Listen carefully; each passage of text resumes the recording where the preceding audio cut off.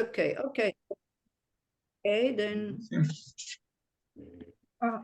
Birgit has joined us. You can, well, I can't point at her, but Irit, can you say hello or just wave your hand? Yeah. Lobsang, then Irit, where are you? That I can see your face. I'm here. Ah, Irit. So now I have a face to the WhatsApps. Thank you very much for doing all the preparation and everything. Thank you. Thank you. Taking the time out. You had your son visiting, right? Okay, so do we still expect anybody, or shall we start? 2 minutes. Yeah. Shall start, okay? Because we never know when the missiles come, so we better go forward. Does anybody want to say something, or should I start? Well, I can start with a few words, just to present the DFI. So, good evening, you all. It's wonderful to see you. I want to thank Venerable Birgit for sharing her knowledge and wisdom regarding the Golden Light Sutra that many of us are a bit more familiar with since Venerable Lobsang started reciting Zoom for the past 3 weeks. I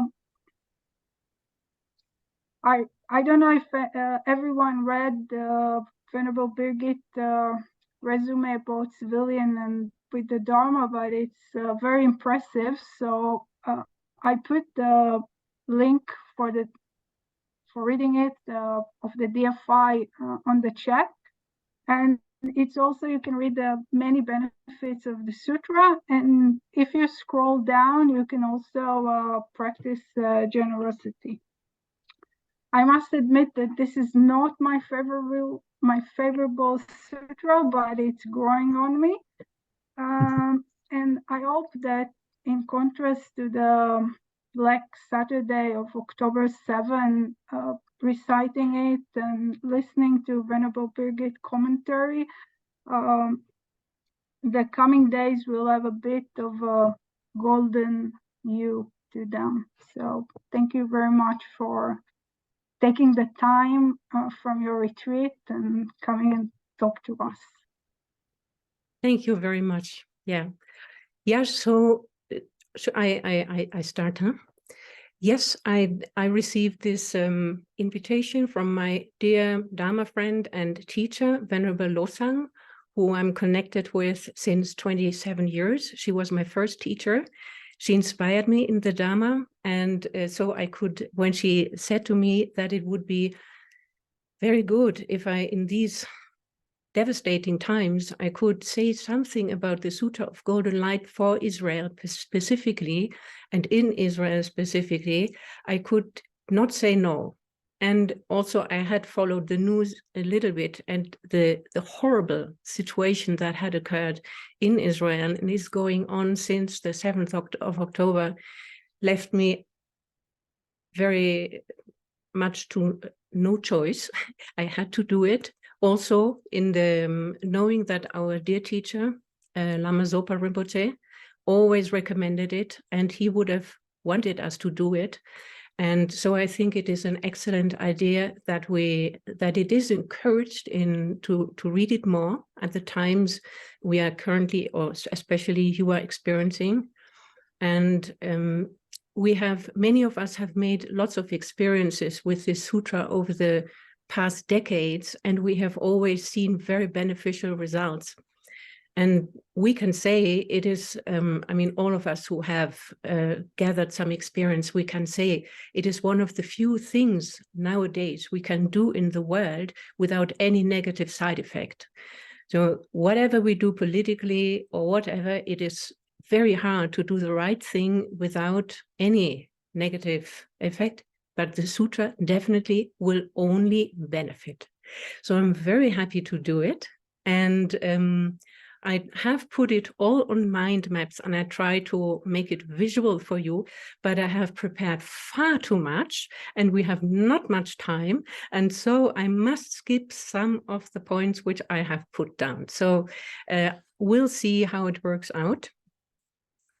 I will go to the, do you take refuge in general before?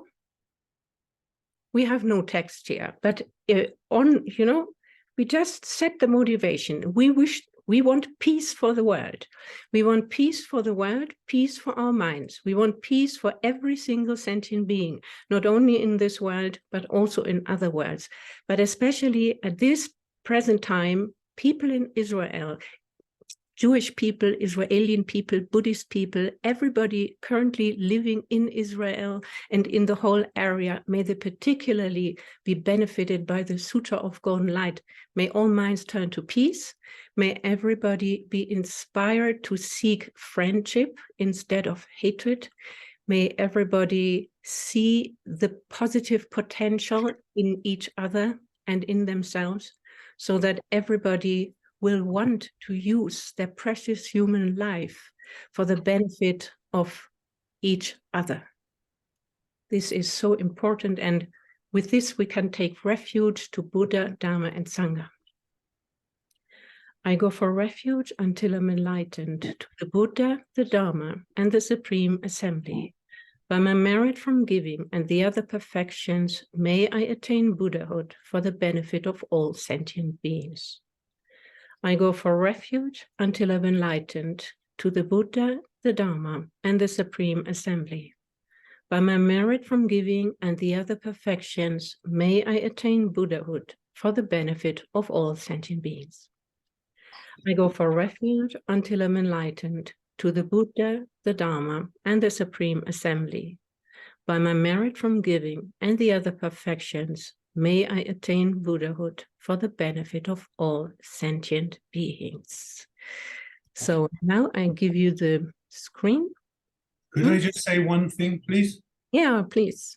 I think it's important that we do mention that also for the benefit of the people in Palestine as well and in Gaza. So you've been mentioning just Israel, but there is so much devastation going on in Gaza. I think that we should mention that as well in our prayers. This is, and my ignorance is, I think, are they not also part of Israel? No, Gaza is Gaza. So it's not. Yeah. So yes, that's okay. We don't. Okay, thank you. That's exactly what I also want. Yeah. Okay, thank you. I just wanted to make it clear. Absolutely, yeah.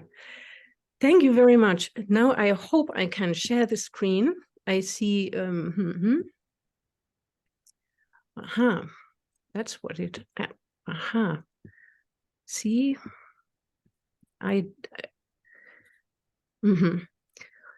no, it would be,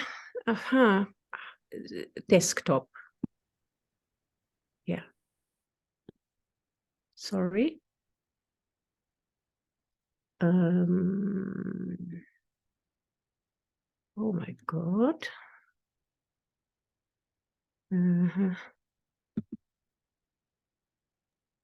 Tomer, maybe you can share the file. It's better if you share the file, because I'm not so familiar with them where I can access you share the file and I'm that's good. Okay, that's perfect. So maybe you just move it a little bit up and then I start. So the Sutra of Golden Light, it is the Suvarnabha Sutra. It is a sutra which has been extremely influential in Asia, because it has over the century proven to be very, very powerful when it comes to violence, calamities, disastrous events like natural catastrophes and so forth. And now I'm going right into the sutra. If you move it a little bit down, if you can, no, in the sense that I can see the uppermost arm of this. Yeah. So you see in the little picture in the which I've put here, and credit to Christine Schnell from the center in Vienna who makes these beautiful pictures. There you see the setting of the Sutra, and you see how the Buddha abides on Vulture's Peak in Rajagriha. Many of you have been there, and he's here in a great assembly of monks, bodhisattvas, and many gods and other human and non-human beings. And there he promises to expound the Sutra of Golden Light, which he has been asked to expound.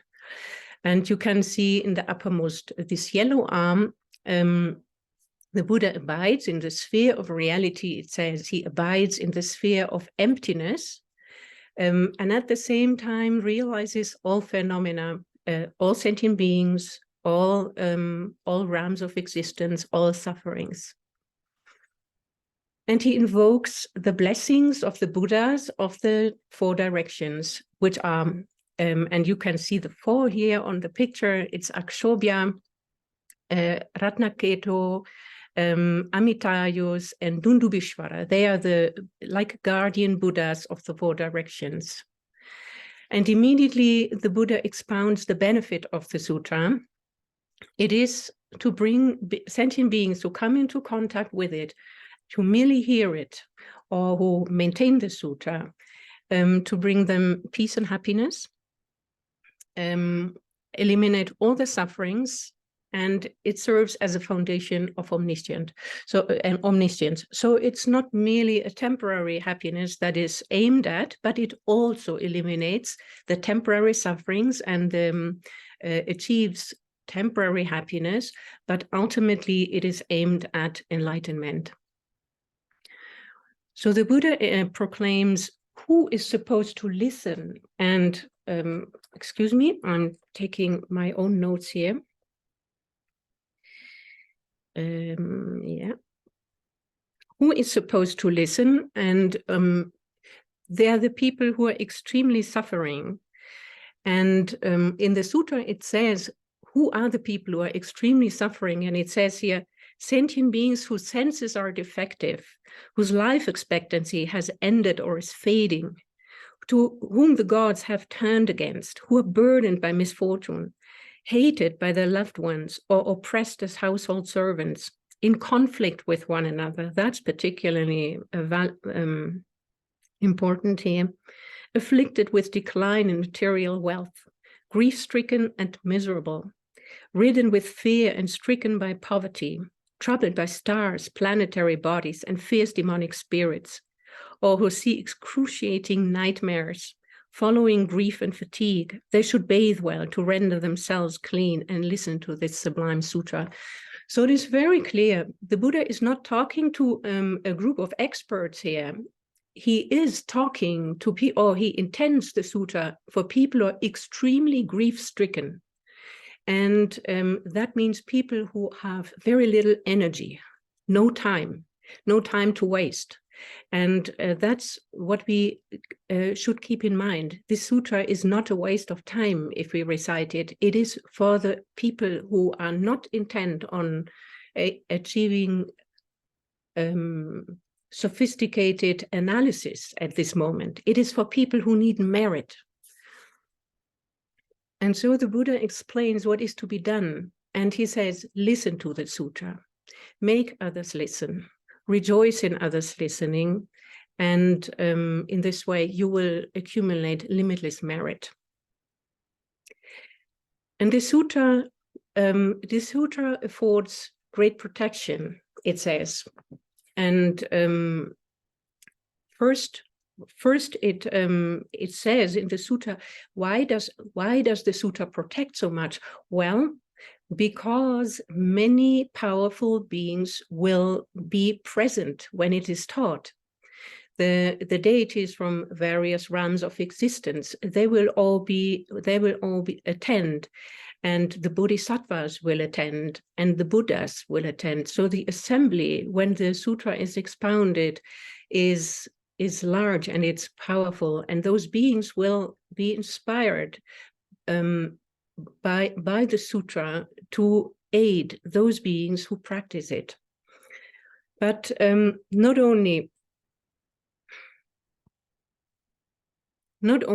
will powerful beings come, the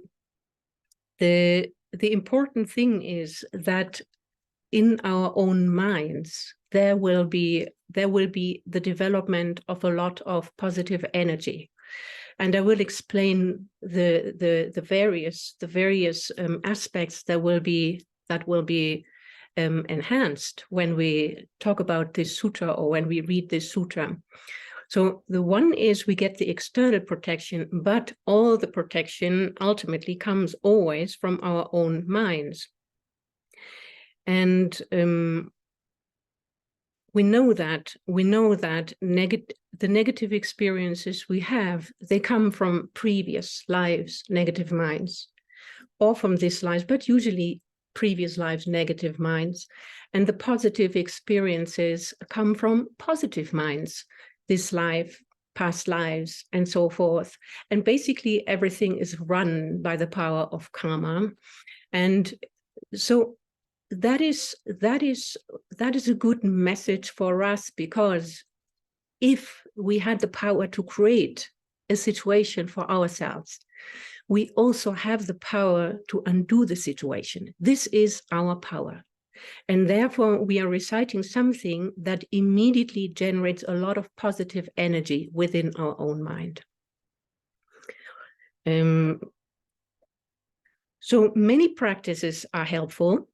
That is, it is the pink thing, yeah. I don't.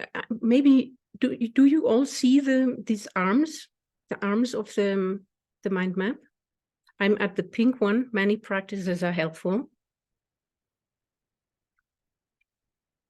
Okay, it's what it is. You can see. You can see it. More or less. So many practices are helpful. Every positive practice is helpful. Mantras are helpful. Buddha names are helpful. Analytical meditation is also helpful. Love and compassion is helpful. Realizing emptiness, generating equanimity, all of this is helpful. Also, humanitarian aid is helpful, and civil service is helpful. But there are particular practices which, in a very compact and condensed form, bring limitless benefit immediately. And for example, if we, all mantras are helpful, but the mantra of Chenrezig has a particular blessing for generating compassion. Or all Buddha names, all Buddhas heal, but the medicine Buddha has a particular blessing for healing. And all sutras dispel obstacles, but the Sutra of Golden Light has proven over the time to carry a particular blessing for removing obstacles and inducing favorable conditions. And therefore, it is the only sutra in the whole canon which is called the King of Sutras. It is the King of Sutras. When we go through the chapters later, we will see that apart from the outer protection from the deities and the bodhisattvas and so forth, there is a lot of inner protection which comes through this sutra. We will see in the second chapter, it expounds very extensively the lifespan of the Tathagata. This is not trivial, because we learn that the Buddha does not pass away with his death. We learn that his actual life is limitless, and that means he is a stable refuge. That means he doesn't go away. That's very important, because even in the Buddhist traditions, there are some who believe the Buddha just passes away and becomes non-existent. In the Mahayana, we believe no single Buddha has ever become non-existent. The Buddhas become more every day. So, and this is the ultimate refuge, because he abides in a stable state of enlightenment, always able to benefit sentient beings. Knowing this is huge in one's own mind. And then in the third and fourth chapter, there is the confession which appears to the Bodhisattva Ruchiraketu in a dream. And this confession is praised as one of the best in the whole canon for the purification of negative karma. And we need that. We need immediate purification of all negative karma. And it helps accumulate a lot of positive merit. And then in the fifth chapter, we will see the ultimate cause of happiness, that is the generation of the mind of enlightenment, Bodhicitta. And then in the sixth chapter, this chapter is on the wisdom realizing emptiness, which is the ultimate cause for purification of every single suffering that has ever been produced by our own minds.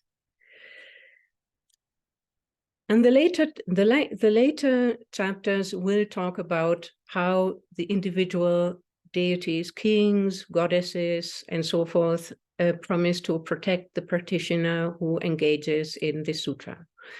So it becomes very clear that there are lots of causes for inner and outer protection to be found in the sutra, and they should be firmly rooted within our own minds. So, and then we go, and the sutra promises whoever recites the sutra or even listens to it only with an open and positive mind, that person will live a good life. All merit will be adduced, and they will eliminate all the negative karma. They will be received well in birth after birth, in good families, and they will eventually attain enlightenment. So with this in mind, we go to the next map.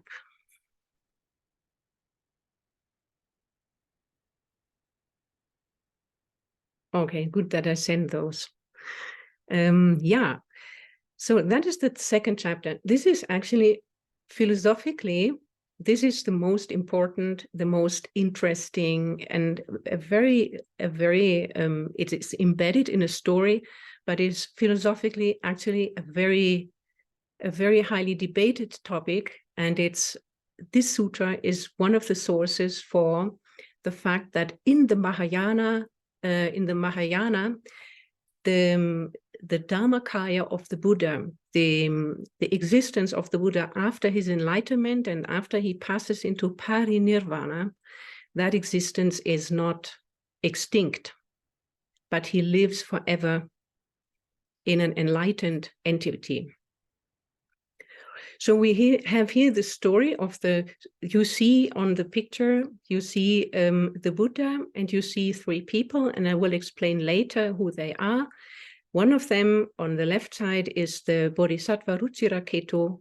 On the right side, there is a prince, the Lichavi prince, Sarvaloka Priyadarshana, and in front is the Brahmin Kaundinya who asks for a favor, and it happens like this. The Bodhisattva Ruchiraketu was an experienced Bodhisattva who had produced merit roots under thousands and hundreds of thousands of Buddhas.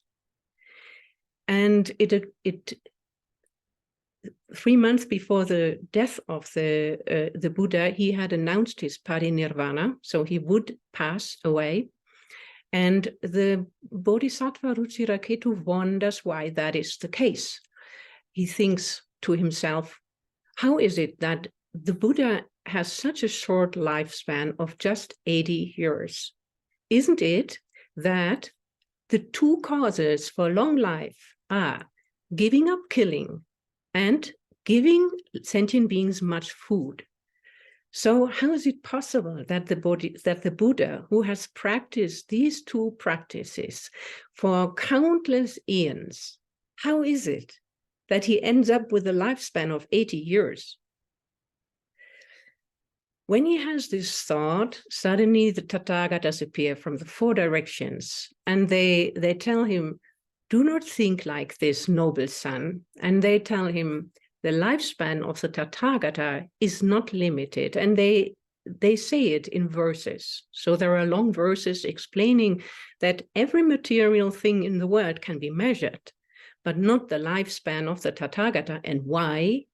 Because the two causes for long life are giving much food and giving up killing. So obviously, it is the case that the Buddha has a long lifespan. So then, and this is said in the longer sutra. It's not in the short sutra which we recite. In the longer sutra, at this point, Ruchiraketu asks the Tathagatas, so why is it then that the Buddha shows the aspect of passing into parinirvana? And thereupon the Tathagata say, yeah, that is skillful means, because we are here in the degenerate times. Sentient beings have lots of affliction, very little patience with the practice of virtue. They have many wrong views. They have no appreciation for the Dharma. If the Tathagata always remained, they would be completely ungrateful. They're like spoiled children who have been brought up in a king's household, and they cannot appreciate that the Tathagata is here with them. But if the Tathagata passes away, this is good reason for them to see his preciousness. And that is the reason why he shows parinirvana. So, that said, Ruchiraketu goes to Vulture's Peak, where the Buddha abides. And the Tathagatas tell him, you should ask him to receive the Sutra of Golden Light, and you should also ask him an explanation on nirvana. What does nirvana actually mean? And so Ruchiraketu appears in front of the Buddha and makes his circumambulations and so forth. And they sit down. And Ruchiraketu and his followers, they request the Buddha to talk about the Sutra and parinirvana. So then, by the power of the Buddha, when this has been said, there is a Brahmin in the audience who is completely distraught, hearing that the Buddha wishes to pass into parinirvana. And he says to the Buddha, oh, the Bhagavan, please, the Buddha, if the Buddha wishes to pass into parinirvana, could you please grant me a boon, a favor? In the sutra, it says guidance, but it's a favor. And the Buddha says nothing. And then the Lichavi prince rises up, becomes eloquent, and says to that Brahmin Kaundinya, oh, you don't need to ask the Tathagata about a favor. I can grant it to you. And what do you want? And the Kaundinya says, I want a relic. So Kaundinya wants a relic.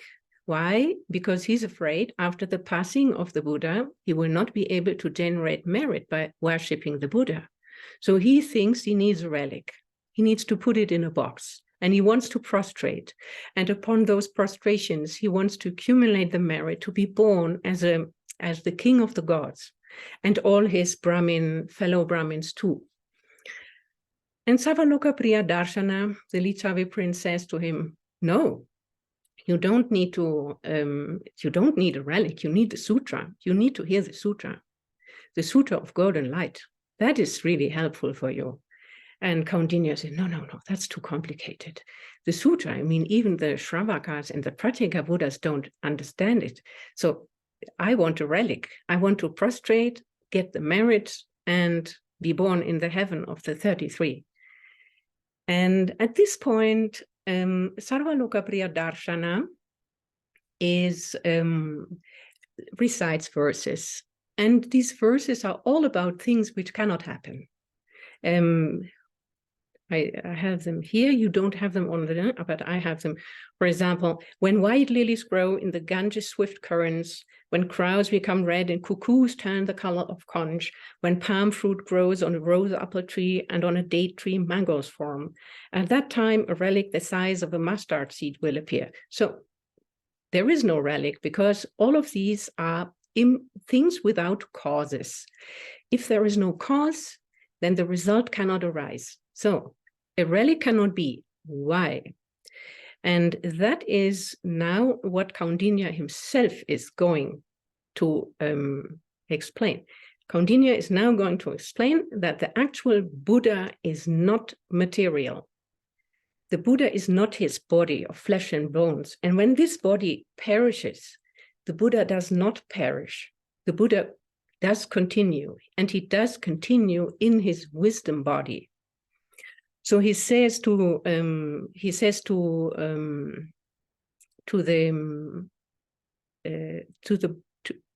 Brahmin says to the prince, excellent, excellent, supreme youth, the son of Buddha, great orator, heroic and skillful in means, you have received the sublime prophecy. Prophecy? He didn't receive a prophecy in this sutra, but he received the prophecy in many other sutras because that Lichavi prince is Nagarjuna. He is prophesied by the Buddha to become the later Nagarjuna. So it's not a stupid person who made this, who entered into these dialogues. And now Kaundinya says, the law transcendent victor is uncontrived. The Tathagata is unborn. His body, hard as a vajra, manifests in emanated forms. Thus, no relic, small as a mustard seed of the great sage, is to be found. And the meaning of this is that when he says the Buddha is uncontrived, he means the Buddha is not his physical body, because the physical body is contrived, meaning it is gathered through causes and conditions of material nature. Instead, the Dharmakaya does not depend on outer causes and conditions. It is a mere mental body that has arisen in the entity of omniscience. He has no need for external elements to continue his existence. And when he says he's unborn, there are many explanations to that. That can be elaborated philosophically from so many points of view. But simply put, the Buddha is not a being that takes a birth and death as we do. He's unborn. The actual Buddha is not born as a body of flesh and bones. The body of flesh and bones is his form body. His actual body is the Dharmakaya, the wisdom body.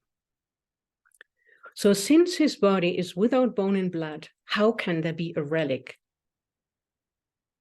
Yet, to benefit living beings, skillfully relics are formed. So relics do exist, and relics have power. They come from the material body. But the material body is a form body that has been manifested temporarily in time and space, fitting the needs of ordinary sentient beings. So the physical body of the Buddha corresponded to the physical bodies of his contemporaries. But his actual body is not that. So Kaundinya had instigated this discussion on purpose. And this is for the sake of people knowing what ultimate refuge is like. The Buddha is the only ultimate refuge. He's the only one who does never waver he doesn't go even through subtle birth and death.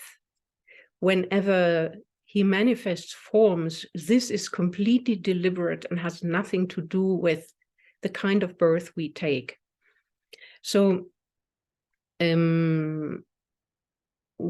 he does not go through birth, death, aging, and sickness, and so forth. That is only what manifests for the benefit of sentient beings on the basis of the Nirmanakaya.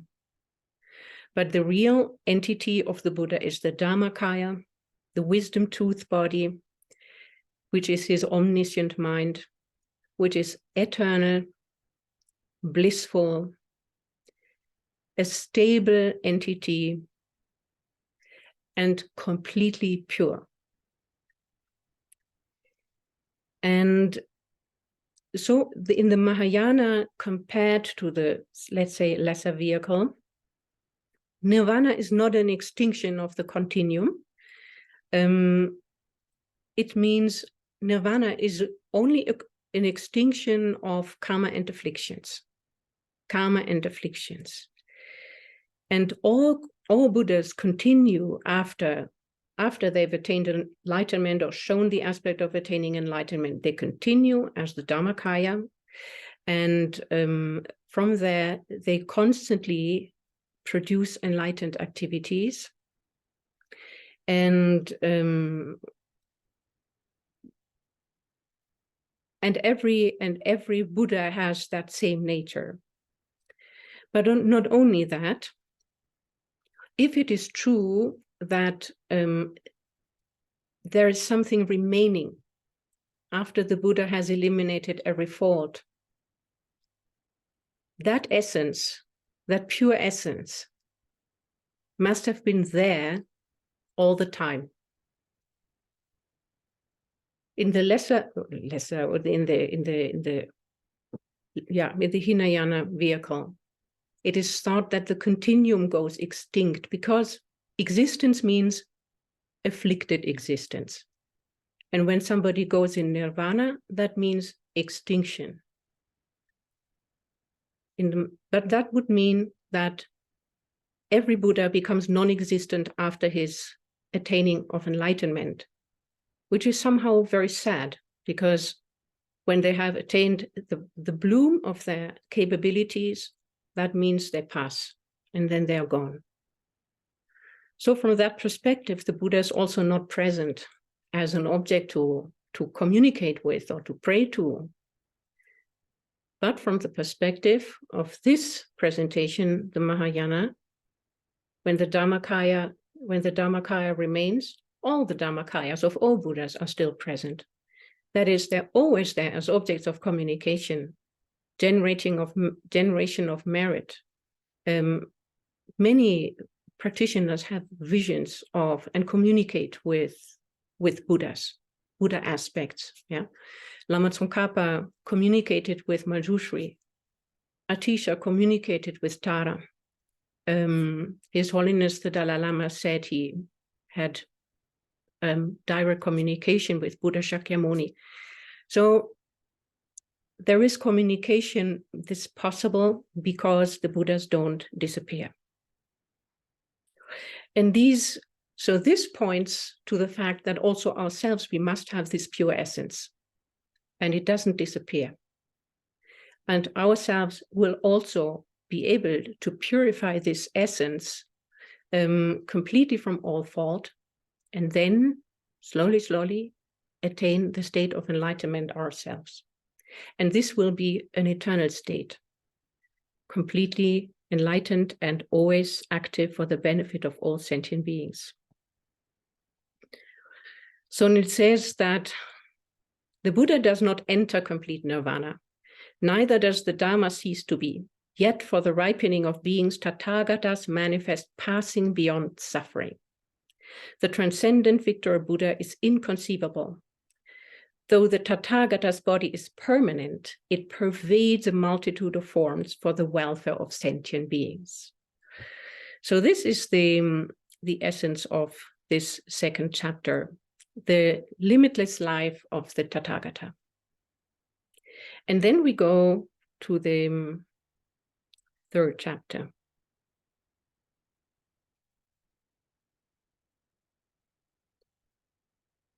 When Guru Chiraketu has heard this information together with all others present. He goes home and he sleeps. And in his sleeps, he has a dream of myriads of Buddhas sitting under jewel trees, teaching the Dharma in front of huge assemblies of practitioners. And he has the appearance of a golden drum, and from the drum, verses of teaching come forth. And this teaching is the whole content of the 4th chapter, and it is the confession. And the confession is the heart chapter of the whole sutra. It is what the sutra was written for. It is to purify the negative karma of sentient beings and to accumulate lots of vast merit for them. And this chapter, if you have time to read it, if you have no time to read the whole sutra, but if you can read the 4th chapter, that would be very good. So this chapter is very praised by masters such as Shantideva or Lama Tsongkhapa. They say it's one of the best sutras or one of the best texts to purify negative karma. Another one is the Sutra of the 3 heaps by the 35 Buddhas. These are excellent texts to purify all one's negative karma. So everything comes from karma. Therefore, we must purify our karma. Every experience is due to the karma, every positive, again, every negative. Until we attain the state of arhatship, everything is based on karma. So we have collective and individual karma. And what we experience as a group is the collective karma. And what we experience individually is our individual doing. The main experience that results from karma is the feeling. I mean, every event is due to karma. Every object we meet is due to karma. Every person we have in our lives is due to karma. But mainly the feeling. Feeling is what consumes karma.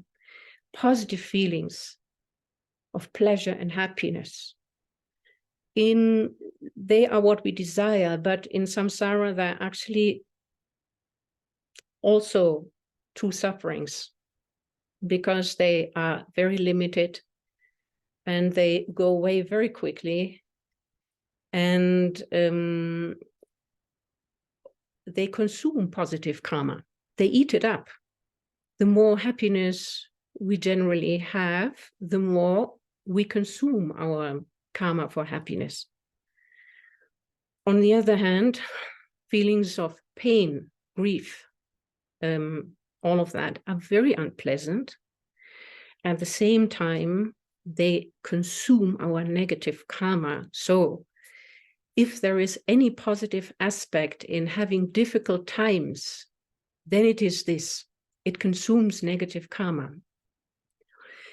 If we are able to maintain positive attitudes at the same time, if we can not become hateful or revengeful, or if we keep minds of love and compassion, emptiness, bodhicitta, all of this, then the negative experience will actually be like an iron broom that clears away lots of negative karma accumulated. But the most important is many karmas are still there which have not yet ripened. And we must eliminate them. We must eliminate them before they ripen. Every problem in the world comes from negative karma. Karma is the substantial cause. And the outer conditions are cooperative conditions, and they also come from karma. So karma is what is responsible for the experience, and if we want to clear the experience, we must clear the karma. And this is not to become self-blaming, but it is to become, but you know this, I mean, you are Buddhist, so to act. It's also to be said that there are many good people with negative karma, because all of us have it. There is no, we often talk when it's about perpetrators, victims, and so forth, we often talk of innocent people. This is true in a limited sense, within a certain time frame, but there is no really innocent person in that sense, no real innocent person in samsara. It's not possible. Only arhats start to be the people who have cleared all their negative karma. But until arhatship, everybody has something in their baggage, and we don't know what it is. So we see it many times when we see very peaceful people, even in the animal realm. It's sheep, cows, deer, butterflies. They never do anything to harm others, but they're usually the ones who are killed, slaughtered, enslaved, preyed on. And also many of the people in many of the kibbutzim I've learned have been very peaceful people, peace workers, and liberals who had a life philosophy of peace. But the mental continuum is limitless. It is beginningless, and we have accumulated causes, and we must therefore take care that we are able to purify the karma.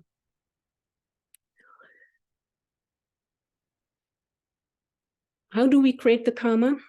By doing it oneself, by ordering, or by rejoicing. These are the main mechanisms by way of which we create the karma. So doing oneself is clear. If we can, sometimes we are forced to do, but if we can, not kill, not steal, and so forth, that would be the best. Then ordering. If one is a politician, one is in a very difficult situation in this situation, because there is almost no way out but ordering certain negative actions. Then rejoicing. Rejoicing is also very powerful for positive, but also for negative. So that's also something where we collectively gather a lot of karma when we rejoice. And here in the particular situation, I know that all of you are non-violent people, and I don't need to tell you, and you have this on your mind all the time, I know, but I'm saying it nevertheless. When there are,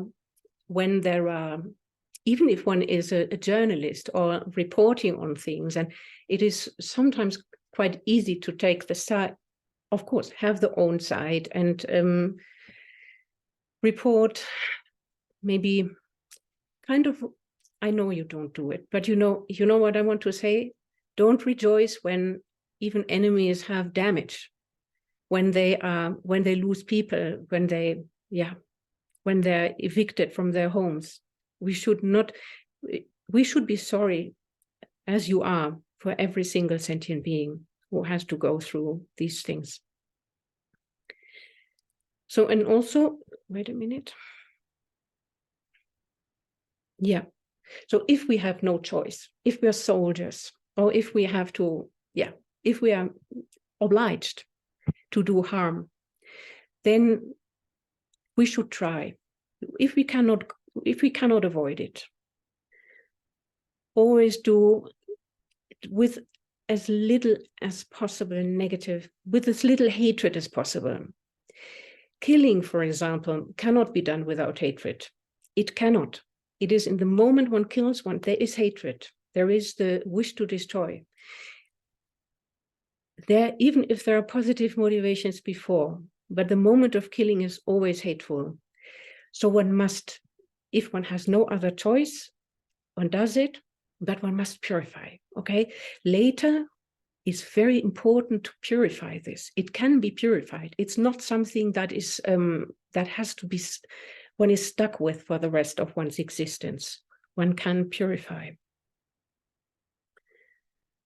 So we can think that every problem in the world is my problem, because due to collective karma, I have created part of it. I'm part of this world, so I'm in resonance with the problem. So I have also the power to eliminate part of it. And sometimes it's like a stack of hay. If you pull out a certain piece, then everything crumbles. So we can, with every positive thought, we influence the whole thing and we purify the karma of the whole world. And that's so important that we every day we try to purify our own karma, because if our own karma gets purified, we are part of the whole collective. And due to this, the collective negative karma weakens. And due to this, we might get this critical mass, which is necessary to let the whole thing crumble. So I can already see that I'm getting too extensive here. Anyway, how do we purify the negative karma? As you know, we purify with the 4 opponent powers. I think it's a little bit, oh, yeah, it's not on yours, because that would have become too small to read. But so there is the 4 powers: the power of reliance, the power of regret, the power of reversal, and the power of remedy. So the power of reliance is refuge and bodhicitta. And the power of refuge and bodhicitta. Yeah, why? Because refuge, we take refuge in the holy beings. They're the one part of the beings with whom we have negative karma. And then bodhicitta is for the sake of sentient beings. They're the other part of beings with whom we have negative karma. The whole world is full with only 2 sorts of people, either holy or suffering. If they're holy, they deserve respect. If they're suffering, they deserve compassion. Everybody. There is no other valid attitude towards beings. It's either respect or compassion. There is no other. Anger, all of this is never valid. The second is the power of regret. We regret as much as we can every negative action we have done. The 10 non-virtues: killing, stealing, sexual misconduct, lying, slandering, harsh words, gossiping, then malignant intent, covetousness, wrong views. All of this, we go through them every day, and we think, yes, I have done that, I have done that, I have done that. Yes, I have been an executioner in past lives. And yes, I have tortured people in past lives. And yes, I was a predator in past lives, and I have preyed on sheep. And yes, all of this, we have done everything, nothing is impossible. And then the power of reversal, we should abstain from wrongdoing. Meaning we make the decision, I will not do it again. And then the power of remedy. The power of remedy is that we make a positive action for the sake of purification. And they are dispersed in this 4th chapter. When you go through it, you will see there, for example, 27 verses of confession. There are 27 verses of praises, or whatever. I knew the count, but now I don't know. But you see, and they are not systematic, but it goes a little bit like these little robots who go in the living room and who vacuum there. They go against the wall, and then they take another turn, and then again another, and you never know why they're doing it like this, and you think they'll never cover all. But in the end, they've covered it all. That's the sutra is like, this sutra passage is like this. It meanders, and it's wonderful. You go through 3 cycles of confession, and lots of praises, and lots of rejoicing, and lots of bodhicitta, and lots of thoughts of compassion for the suffering sentient beings in the lower realms and upper realms and so forth. So this leads you through a complete practice in the of the 4 opponent powers and also the 7 limbs, which you know from the daily practice.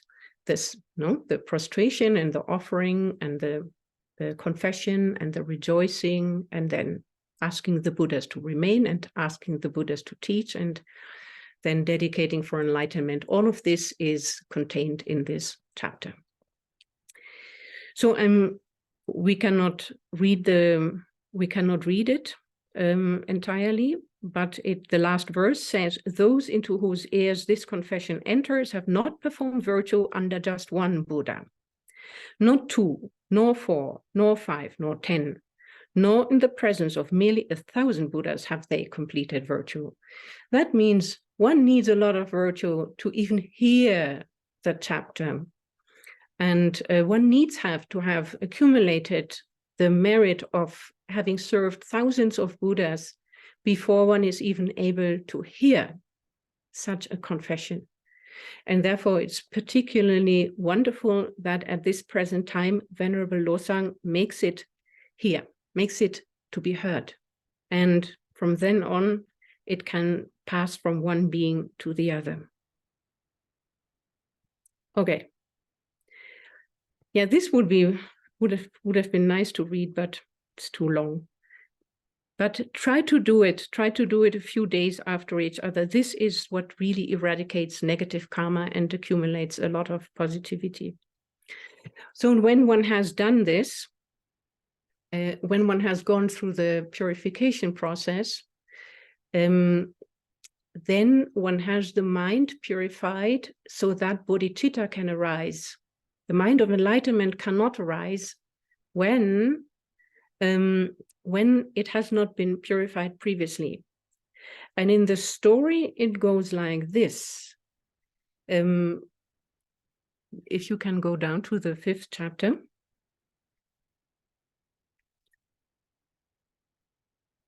Yeah. So there is a goddess Bodhisattva Samukjaya, and she asks the Buddha, why is it that Ruchiraketu has these dreams? I mean, how come he dreams of a confession in his dream? And the Buddha says, well, goddess, Ruchiraketu had these dreams in plenty of lifetimes. He has cultivated the confession, and he saw the golden drum emanating the verses in many lifetimes. And due to this, he has attained the state. He has now heard it again, and he has come in front of my face, and he has come to the state where he will receive the prophecy to enlightenment from me. And this, it goes like this. The Buddha, having said this, recounts the praise which Ruchiraketu had made. It is a praise to all Buddhas, past, present, and future. And in this, and after having made the praise, he wishes to see such a drum again in his. So, Ruchiraketu, when he was a king of the name Suvarna Bhujendra, in past lives, he had made this praise. And after the praise, he had said, may I always come to hear such a confession in my dream, and may I expound it during the day. And due to this virtue, may I be able to come face to face with the Tathagata Shakyamuni. And may I, in his presence, together with my 2 sons, attain the prophecy from him. And upon having said that, he makes an extensive wish for enlightenment, which are beautiful verses and contain the entity of the Bodhisattva vow. So Bodhicitta, he says, he not only does he says, I shall liberate all beings from the ocean of suffering. I shall complete the 6 perfections. When in this way I achieve peerless enlightenment, may my Buddha field not be loose not be loose and infirm, meaning he wants to attain that state of enlightenment, and he wants to establish a Buddha field so that sentient beings can be born there and attain the state of Buddhahood. And he says, as an effect of the fruition of offering the drum and singing praise to all the Buddhas, I shall directly behold the Lord Shakyamuni. Then with my sons Kanaka Bujendra and Kanaka Prabha, may I receive the supreme prophecy. Along with my 2 children, may the prediction of enlightenment be attained. So these were the causes why Ruchiraketu had that dream of the drum in many, many lifetimes later, at this occasion where we're presently at. So maybe we make 5 minutes break. What do you think? Is break okay? 5 minutes? 10, 9, 19? Oh, you are 10 minutes later. 10 past. Whatever, 10 past. Okay. Okay.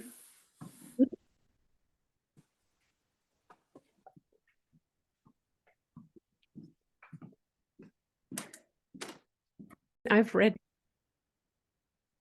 the Sutra hundreds of times because I translated it, and also because I have affection for this Sutra, really. And every time I learn something, every time something I didn't see before, even now when I prepared, I thought, oh, I didn't see that before. The Sutra itself teaches the Sutra by just doing it. By just doing it, one goes deeper and deeper and deeper. And this is this is always the case with profound texts. They look easy, like storytelling, but suddenly when you go deep into the chapters, you see how profound the message of each chapter and how they connect on a deep level, and becomes, yeah, okay. But anyway, maybe, yes, I can contribute. I can contribute a little bit. Good. So we continue. Are we on the, do we have the screen sharing?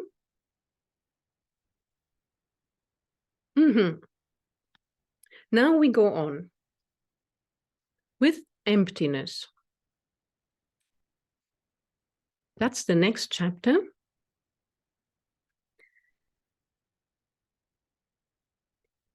Yes. Here on the picture, you see the Buddha and this flock of swans flying towards him, made by Christine Schnell. And the meaning is that the king of the geese needs 2 wings to fly. We need the wing of wisdom and the wing of compassion. With one wing only, we cannot fly. So with wisdom alone, one will not attain enlightenment. And with merit alone, one will not even become liberated from samsara. So both are not complete in themselves, but when they come together, wisdom and compassion, then we may fly to enlightenment. And therefore, after now we have purified, first we have the motivation, Dharmakaya, the ultimate refuge. This is what I want. Here I have a stable refuge. I can rely on the Buddha. He's always there. I have the same potential. I can attain enlightenment myself. What can I do? First, purify the negative karma. We did that. Then generate the mind of enlightenment. We did that in the 5th chapter. And now, after we have purified and we have the mind of enlightenment, Bodhicitta present, we have all the causes for very little suffering and a lot of happiness, and especially the cause for ultimate happiness, Bodhicitta. But we have not yet the fully liberating element. We need the wisdom realizing emptiness in order to actually become free from cyclic existence. And therefore, the chapter is on the ultimate mind of enlightenment, the wisdom realizing emptiness, which is based on conventional bodhicitta. So, the wisdom realizing emptiness is the ultimate cause of protection. When we eliminate the ignorance in our own minds that constantly views everything in a way that it does not actually exist, we must realize that things which appear as if they had independent existence, isolated, independent existence, they do not exist in this way. Everything is dependent. Everything depends on causes. Everything depends on its parts. And for being a whole thing on the basis of those parts, it needs a subjective mind summarizing, perceiving the whole thing by summarizing it. So things appear as if they were isolated, stable, unitary things, completely independent from my own mind. But in reality, everything comes from causes. In this life, other lives, in my mind, the minds of others. It is a composition. There is never a single situation which is only one way. It is a composition of many factors. And then the fact that it appears in the way it appears to myself, this depends on my mind. So, in brief, things which appear independent, isolated, and objective are dependent, connected, and imputed by the subjective consciousness. So in this is to be realized. You must realize they're empty of what they appear to be, empty of the independence. So, and here in this sutra, the Buddha explains this emptiness in connection with teaching the suffering nature also. This is, for example, something I hadn't been so aware of, but he really teaches the suffering nature of the body, the mind, the elements, and so forth, in order to instigate renunciation. So why? Because even if we realize emptiness, but have no renunciation, meaning the wish to be free, without renunciation, the realization of emptiness does not lead to freedom.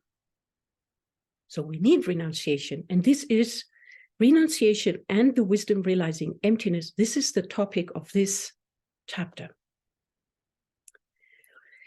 The examples which the Buddha adduces in this chapter are all found in the Pali Canon, in a sutra which is called the Asivisopama Sutta. It is the sutra on the poisonous serpents.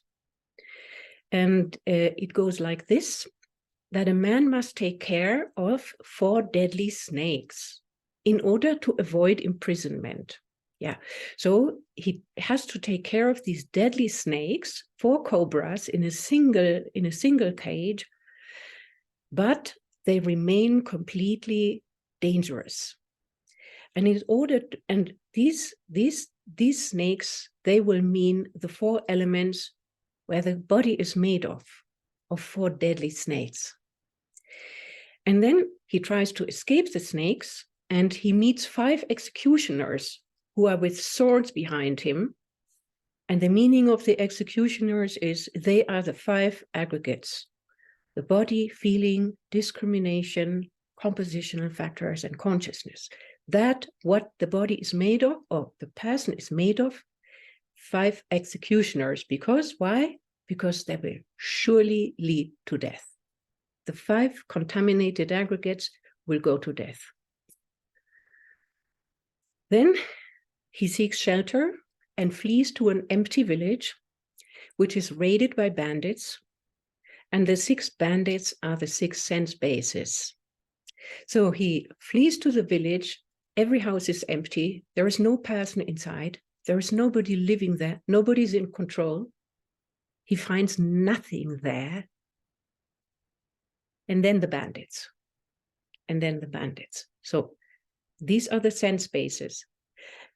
And that's really all there is about the physical body of human beings. This tree teaches us true sufferings. It says that the body is like an empty village or house. The senses are like soldiers and thieves. Although they live in the same village, they're unaware of each other. So it means the body is not the unitary thing that appears. It is actually composed of many aspects, organs, and so forth. And one way of dividing the body up is dividing it into its sense bases.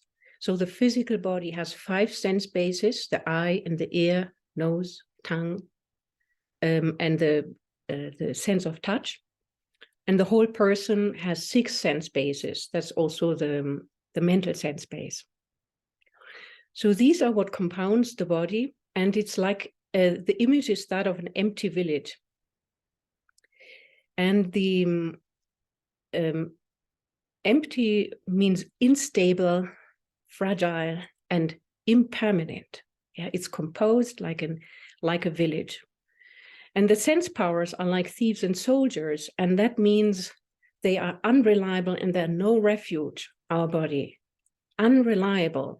The sense powers, when they enter into contact with their objects, they either make pleasant, unpleasant, or neutral contact. Whenever we meet a pleasant object, we generate attachment. Whenever we meet, or the senses meet, unattractive objects, they generate not they, but the consciousness generates aversion.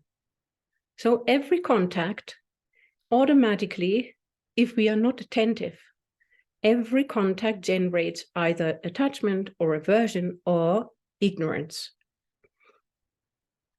And most of all, in the village, there is no body. So there is no substantially existent I that could be found in this village, somebody who owns the houses, somebody who controls them. There is simply nobody to be found. It's just this network of phenomena, which is so dear to us. And the senses are always engaged in pursuing the objects. The eye goes after the visible forms and the ear goes after sounds and so forth. But all these contacts which are made between the object and the sense power, they all depend on karma. We think there is an objective object out there, but really it's totally different whether we have the sense powers of a human being or the sense powers of a cow or the sense powers of a shrimp. It's a completely different world which we see. And this is due to the sense powers, and the sense powers come from karma. So the world which we see depends on the human sense powers. And then upon meeting of the sense powers and the object, a consciousness is generated. And that consciousness, it says here,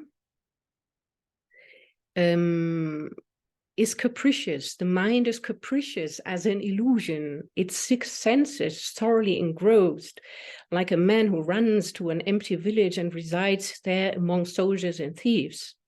Yeah, consciousness seems to be so stable, like the stable observer, but in reality it's flighty, it's unstable, it's produced in every moment. And it exhausts itself in the pursuit of sense objects, constantly after chasing objects, chasing thoughts, chasing this, chasing that. It appears also, it is like an illusion, means it appears in one way but exists in another. Many levels of understanding this, but very simply, it appears like a reliable informant. We believe what our mind tells us. However, it is full of mistaken appearances and beliefs. And especially even the sense consciousnesses constantly have the appearance of objective existence. Even to the senses, we have no 100% reliable information. But then the mental consciousness believes in the appearance of objective existence. And that is our basic conception of inherent existence. That is ignorance. And from that, believing in what the senses give us, that appears already as objectively existent. And then with the mental consciousness, we actually assent to the information. It's nothing wrong with the information of a pot or the information of a person or whatever, but it's wrong that those appear as inherently existent, objective. And then we have this concept of, this is my true friend, this is my true enemy, this is my true this, and it is always mine, it is totally mine, and it is objectively so. And it looks as if we were completely under the power of the object. It comes from outside, it has the say. If it is good, I know it's good. If it is bad, I know it's bad. But the good and the bad really comes from our feelings and the attachments and the versions which we experience then. And then comes my truly existent friend, my truly existent enemy. And then we go into conflict for that. So in the elements, this said about the sense powers and the mind which is generated in dependence on the sense powers, and then the elements. Well, the elements are the most elemental building blocks of our material world.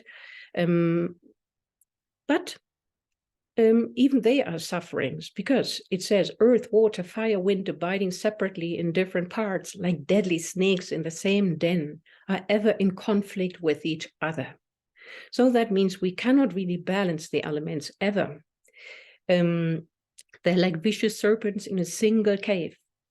Every time, all the time, one of them tries to gain superiority.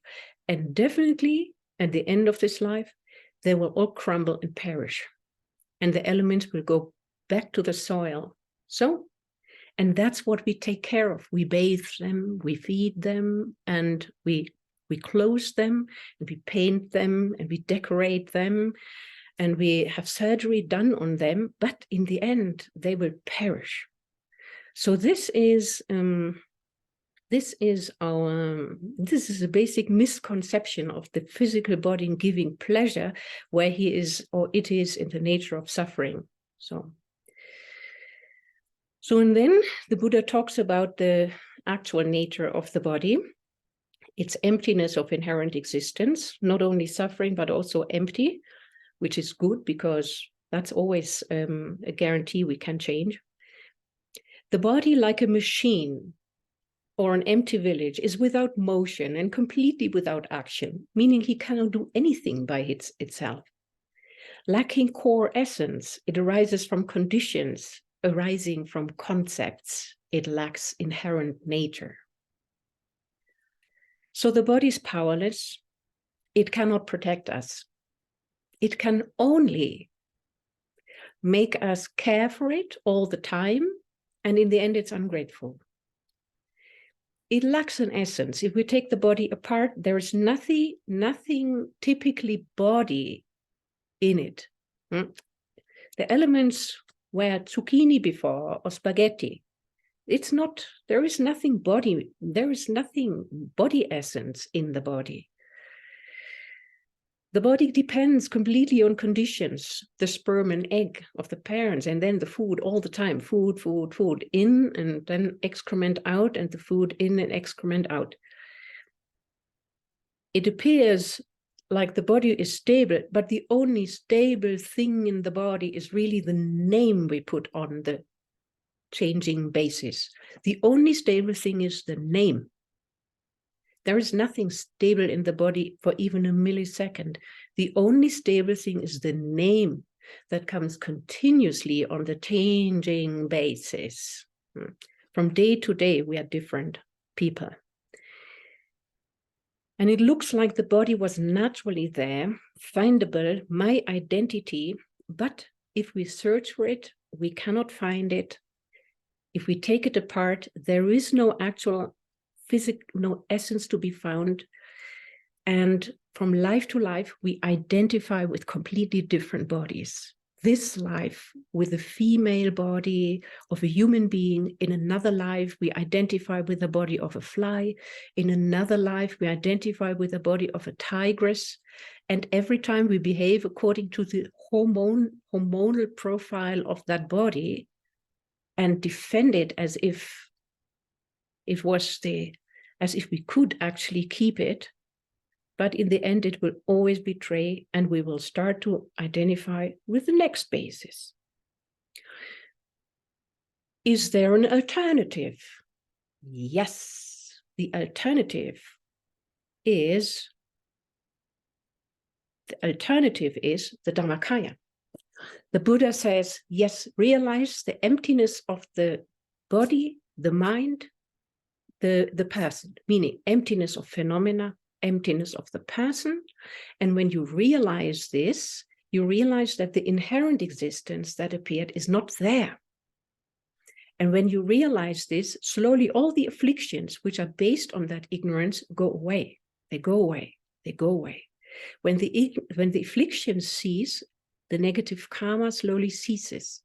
And when that ceases, slowly rebirth in cyclic existence ceases. After that, we work more and more on the elimination of even the subtle obscurations to omniscience.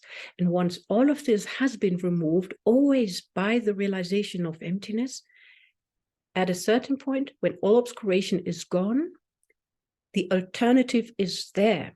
It is the Dhammakaya. It is the wisdom body. We can liberate ourselves of the necessity to take material bodies and go to our deepest essence, liberating it from the afflictions, which are all wrong understandings of reality. So then, when the mind is liberated, it becomes the Dhammakaya. We automatically also have the form bodies, the Sambhogakaya and the Nirmanakaya. Then we can be there for sentient beings forever, ever liberating them from the sufferings of birth, aging, sickness, and death in material bodies. So that's what the Buddha explains at the end of the chapter. That's what I have done. I have attained. I mean, it's also, there are more explanations. It's very worth going into the chapter, but a bit of time constraints. But in this way, so he taught the two sufferings first, then he teaches the true origin, the ignorance, and then what is the alternative? The alternative is bring those things to cessation by realizing emptiness. First realize suffering, generate renunciation, then realize emptiness. And once you realize emptiness, you will have the wisdom path that eliminates afflictions. From there, you eliminate karma. From there, you eliminate samsara. When samsara is eliminated, it's only a little bit more, then you attain Buddhahood. That is the moment where the Buddha arrived. And then from there on, he could talk, I mean, also before, but then really he could turn the wheel of Dharma for the benefit of all sentient beings forever. So that is what he recommends. And I recommend meditating on the chapter because it's really not so easy. It's not systematic, but it has many jewels in it.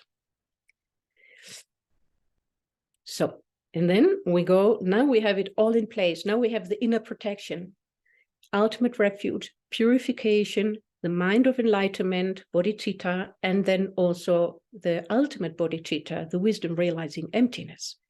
So now everything, the inner protection is complete with this. Now, due to this, we also get the outer protection. And we need the outer protection temporarily, as long as we have not fully developed the antidotes in our own minds. So, therefore, the chapter on the 4 great kings. It's the 7th chapter, and the 4 great kings arise from their seats. They are the kings Vaishravana, Dhritarashtra, Virupaksha, and Virudaka. They are in the Buddhist cosmology, they are called the 4 Maharajas, the 4 great kings, who are supposed to dwell on the uppermost terraces of Mount Meru, which is the axis of this universe. And from there, they act as guardian deities who protect the 4 directions. So they enter into dialogue with the Buddha,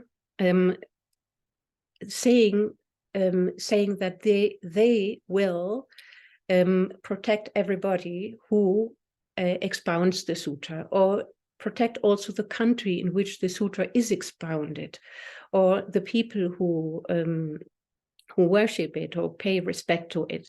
So they say to the Buddha, and this goes back and forth, it's the longest chapter, and it's a bit lengthy, it seems, but, you know, Sutra is, teaches also other things like patience and all of this.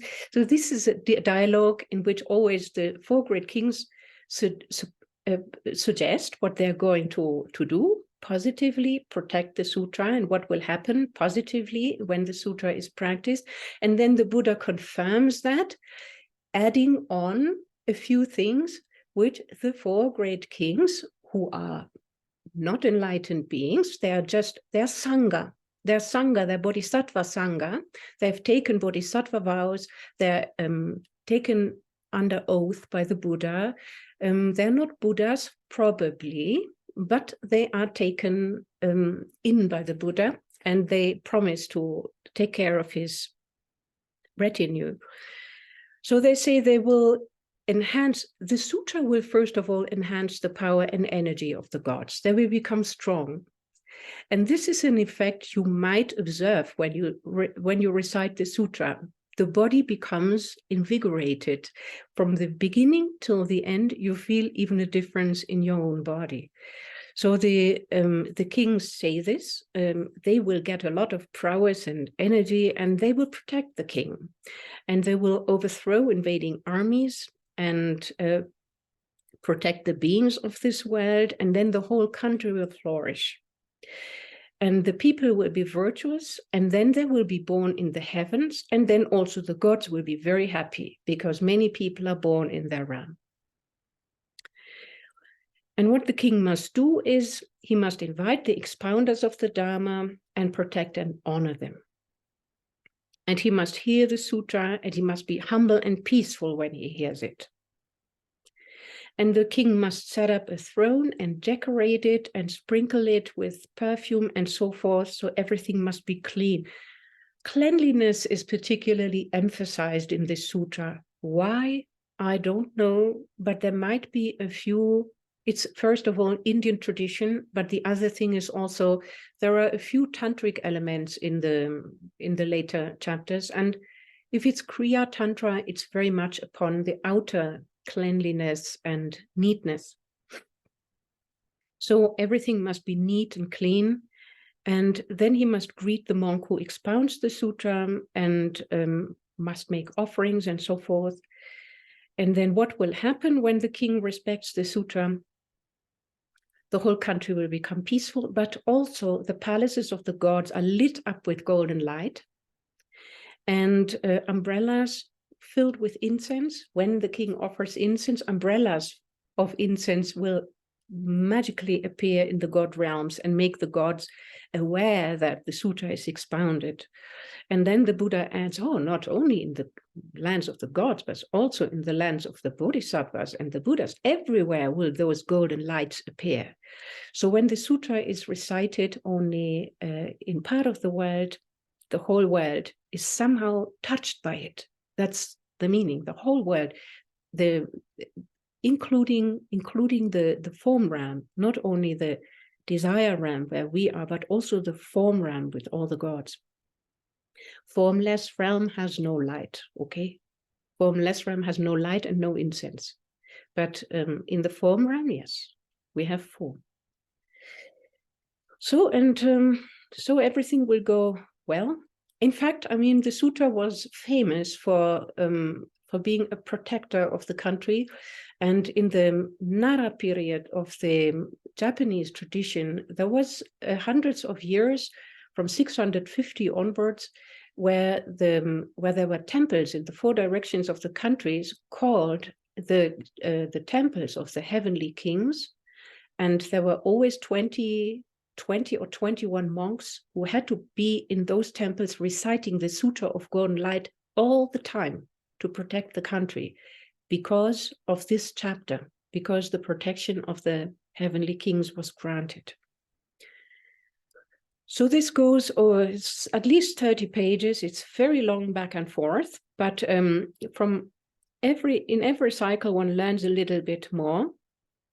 And in the end, the expounder will attain the prophecy for enlightenment by the Tathagatas of the 10 directions. This is what the kings promise.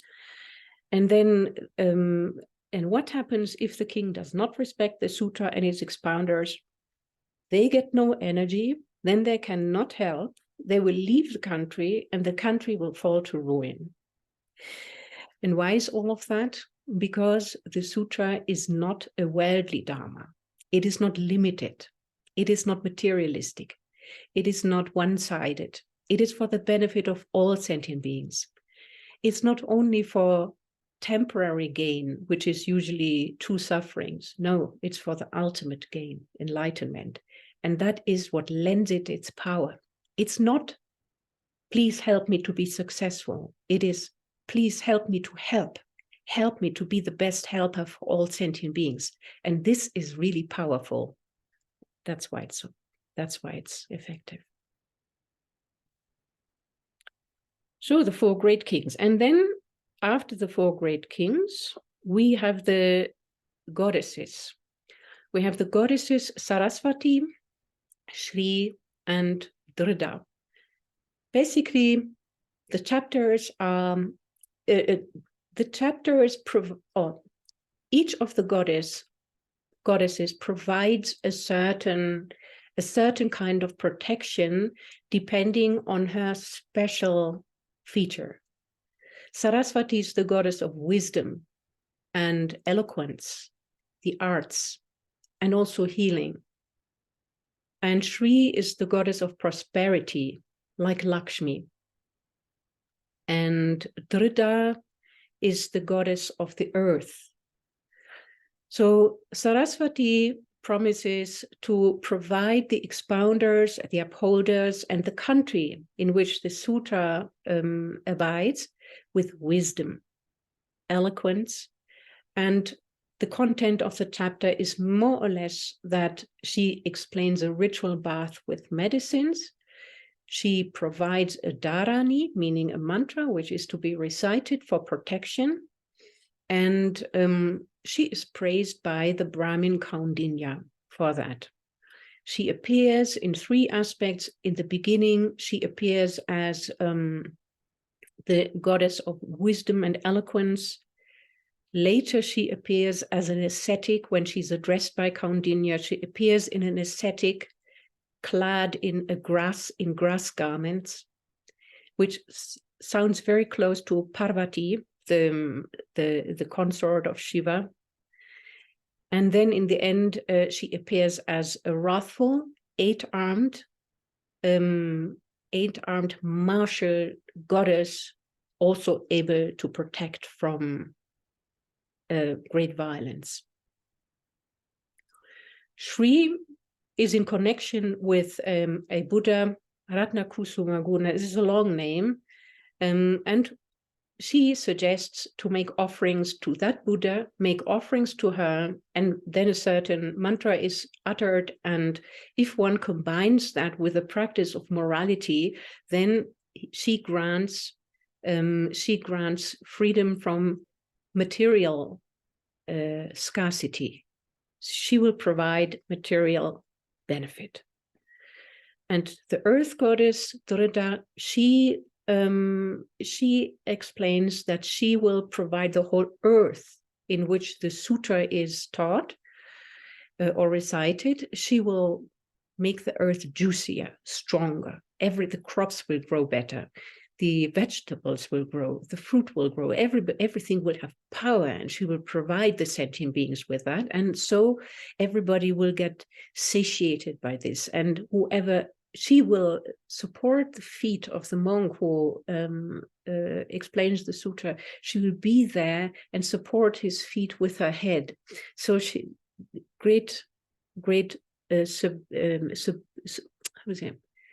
okay, I don't know the word, but devotion, great devotional act of hers towards the sutra. So these three goddesses, and then we have, so they eliminate certain aspects of problematic situations, and then the yakshas. Yakshas in the 11th chapter we have Samjaya, and in the 14th chapter we have the refuge of the yakshas. We can take them together. Basically, the yakshas here, these are real yakshas, photographed in Sri Lanka. They appear they have these processions, and the participants of the procession, they symbolize the divine beings. So there are many Gandharvas also in the procession, many Devas, Gandharvas, Indra is there, and the local deities, but also the yakshas. And this is the closest we can get to a picture of an actual yaksha. It's not easy to find. So first is Samjaya, the great general of the yakshas. Is very brief. He says he gives power into the hair paws of the monk who expounds the sutra, and he will make that he is not getting tired, and he has a lot of energy and able to propound the sutra, and the sutra will not go to waste in that country. By way of explaining his own qualities, it's evident that Samjaya, this means also omniscient, yeah. Samjaya is actually a Buddha, as a manifestation. Usually the yakshas are wrathful, worldly beings in the retinue of the Maharajas, but sometimes they're also emanations of the Buddha, and according to his self-description, he is. The Buddha manifests in every realm. We don't know who is Buddha and who not. And the 14th chapter has the refuge of the yakshas. This is a chapter which says basically one should listen to the sutra, and if one listens to the sutra, great evil will fall from oneself. Bad omens and bad dreams and negative karma one has accumulated over many of lifetimes. All of this will be purified if one makes effort to hear the sutra. And then one will have visions of plenty of bodhisattvas and Buddhas, and the whole country will benefit. There will be no wars and no elemental disasters. And then all the different deities who had been present in the assembly, they all promise protection, groups of and individual names. I mean, it's lengthy, but it's also good to have these names and recite them sometimes. It depends, no? But this is certainly not a complicated chapter. Then comes the 15th. So now we come to the culmination. 15th chapter is the actual prophecy. So Ruchiraketu had the dream of the drum with the confession. Why did he have that dream? Because in past lives he had already had that dream, and he had made the aspiration to meet Buddha Shakyamuni and receive a prophecy. Then he has requested the Sutra of Golden Light from the Buddha, a teaching on parinirvana and explanations on the Sutra of golden light. Due to this, his merit roots have now been completely ripened, and he is at the stage of receiving prophecy, and he gets the prophecy together with his 2 sons. And at the same time, 10,000 sons of the gods, Devaputras, also get the prophecy. Nobody knows these Devaputras. So Bodhisattva Samukchaya, the goddess, she asked the Buddha, how come these 10,000 sons of the gods, who we don't know, we've never heard of, why do they get a prophecy for enlightenment? I mean, Ruchiraketu we know, he's a bodhisattva who has done difficult acts. He has worked for hundreds of thousands of lifetimes. But why these 10,000 sons? Sons of the gods, who knows them? What have they done? Have they practiced the 6 perfections? Have they given away their heads, their arms, their sons, their daughters? Have they made vast offerings to the Tathagatas? We haven't heard that. And then the Buddha says, there is a reason. Nothing is without a cause. They have come here due to a connection with me.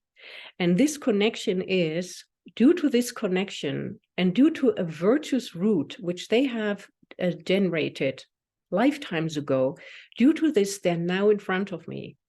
And they hear the Dharma now, and they hear the Sutra, and since they heard the Sutra, their minds became clear as crystal, and they had a mind full of faith. And due to this faith and this mental development and the merit they generated due to this, they came to the stage of prophecy. And now I will explain to you what are these roots of virtue which they generated.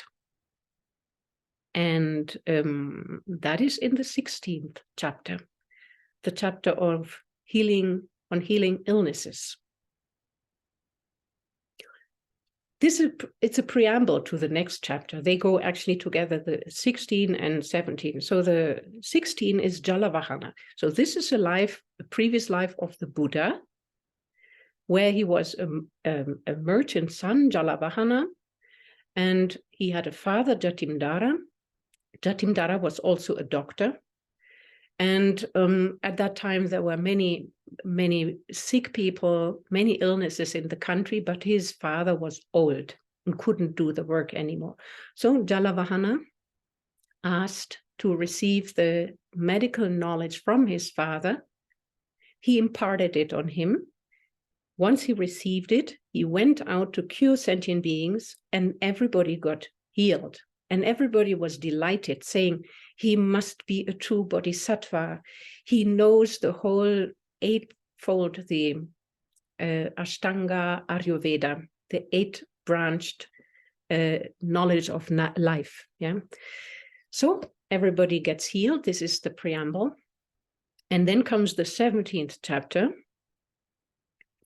which is when Jalavahana one day is out in the country to heal people.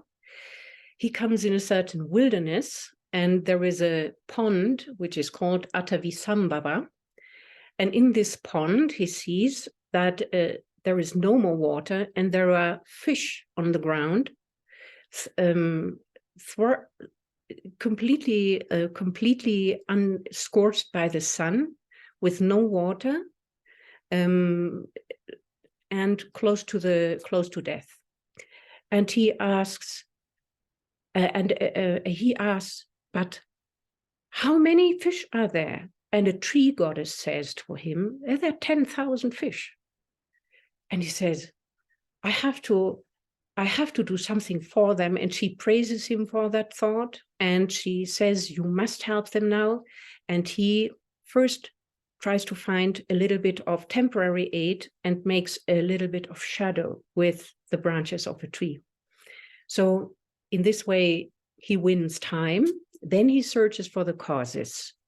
And he finds out that the river had been deviated by an evil fisherman who had tried to deprive the fish of water so that he might be able to catch them easy. easily. So Jalavahana is clear that he cannot really change he cannot really reverse that flow of the river, and he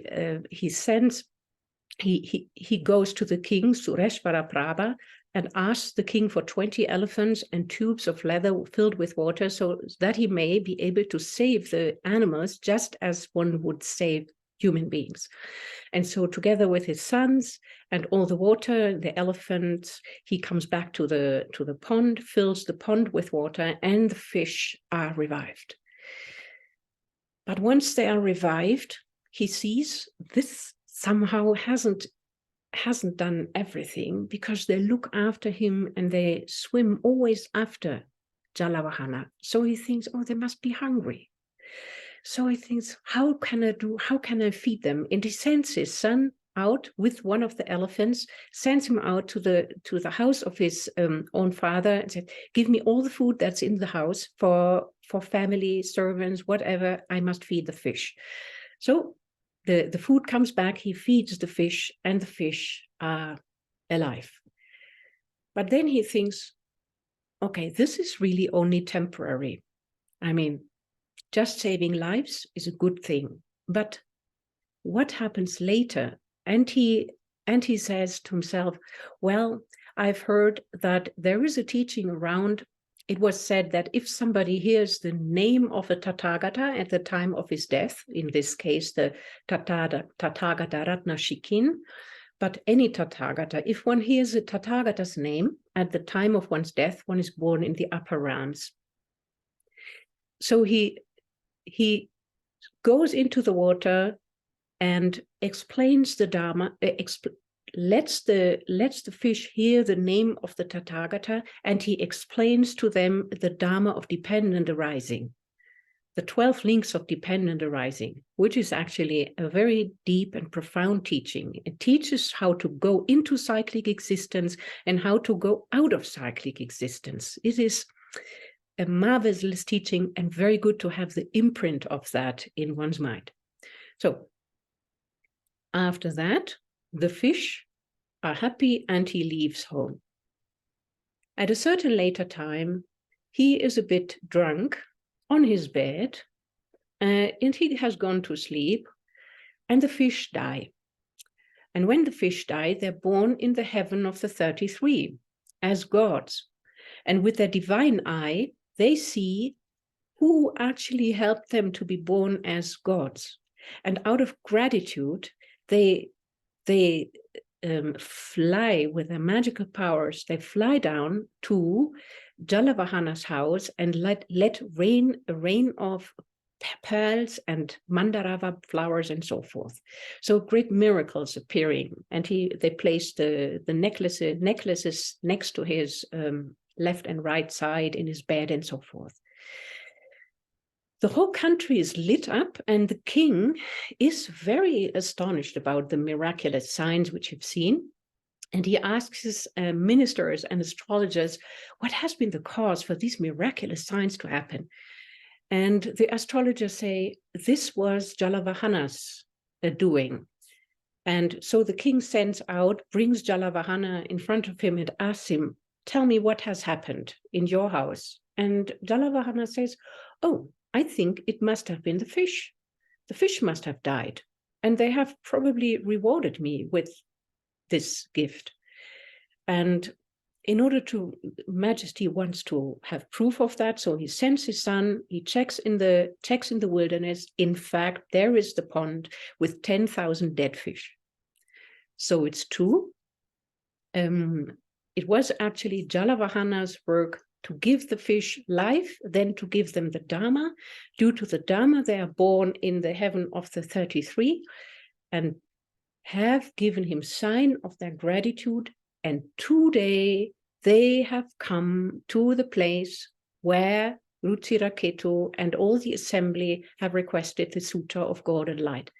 They've heard it, and due to the previous connection with Buddha, Shakyamuni, and due to the merit they gained by hearing the Sutra, due to having a mind of complete faith, they gained so much merit that they did not need to practice the millions of eons of hardship, to attain that advanced state of development. And the Buddha explains that in past lives, all of those beings which were present in the fish story are actually members of his family right now. So the king is his father-in-law. Jatimdara, the merchant, is today, in this life, is his father. Jalavahana is Buddha Shakyamuni himself. The others are Rahula and Ananda, and the 10,000 fish are those 10,000 sons of the gods, and the tree goddess, who made the cute question, is actually Bodhisattva Samudjaya. Yeah. So also the tree goddess was already, or is now present in front of Buddha Shakyamuni. So this is how the Buddha brought other beings to maturation by way of giving them fearlessness. We have three ways of giving. We give material, so he gave water and he gave food. Then he gave fearlessness by protecting them from life, and he gave them the Dharma. These three, all included in this one chapter, in a very light fashion, good for children, but it actually teaches the perfection of generosity. So and then we have a minute left for the 18th chapter, the chapter on the tigress. This is another chapter of Buddha Shakyamuni. This is now another chapter on Buddha Shakyamuni, and it shows. Oh my God, I forgot something. Oh, I must. Do we have 10 more minutes? Or are you very time? It's okay, thank you. I think we have. Good. Okay, back to chapter 12. I forgot chapter 12, and it's actually important, because I put some chapters together. So since I jumped, where do I have 12? Hello, I don't have it. Yeah, I forgot it here. Sorry. Wait a minute.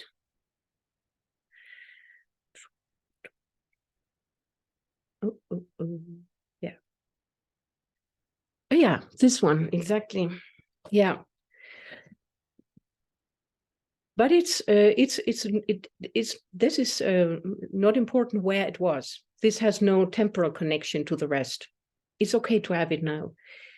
Before that, it was said that the 12th chapter talks about just kingship.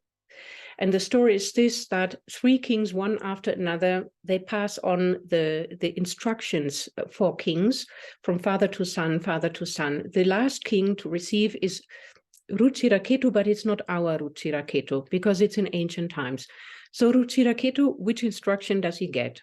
Okay. The thing is this, why the Maharajas, the 4 great kings, asked Brahma, why is it that kings are called devas? And why do heavenly beings take kingship as human beings? And then Brahma explains to them, it is like this, that the gods agree on sending down gods to take rebirth as human beings, so as to teach virtue and prevent non-virtue in the human realms, so that the human realm will flourish. Sentient beings, or human beings especially, will do virtuous actions. Due to this, they have happy lives.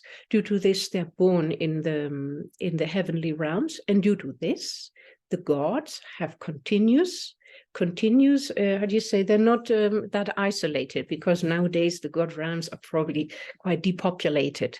So the gods always try to have more people. And so they send down the gods to make things right in the human realm.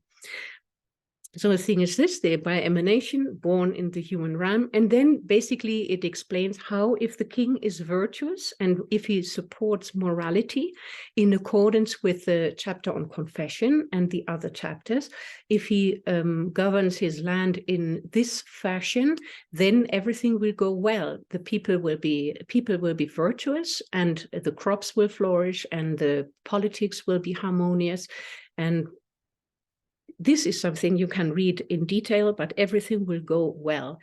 Instead, if he supports corruption, if he is against the Dharma, if he supports people who harm the Dharma, or if he supports immorality, if he is partial, if he pulls to his side and is hostile towards another side in his own country, then the king will go to ruin and the whole country will go to ruin. Basically, it's this. And one thing, the message is pretty simple. It depends on the morality of the government that people can be lawful. And if people are lawful, everything will go well. Even the environment, everything will go well. And this is a theme which has been very much in the Indian tradition. And it's not necessarily the case that it's not so typical for the Buddhist tradition, this kind of topic, especially one point. Two critical points which I want to point out. The first is this: the king is sent down by the gods. This could be.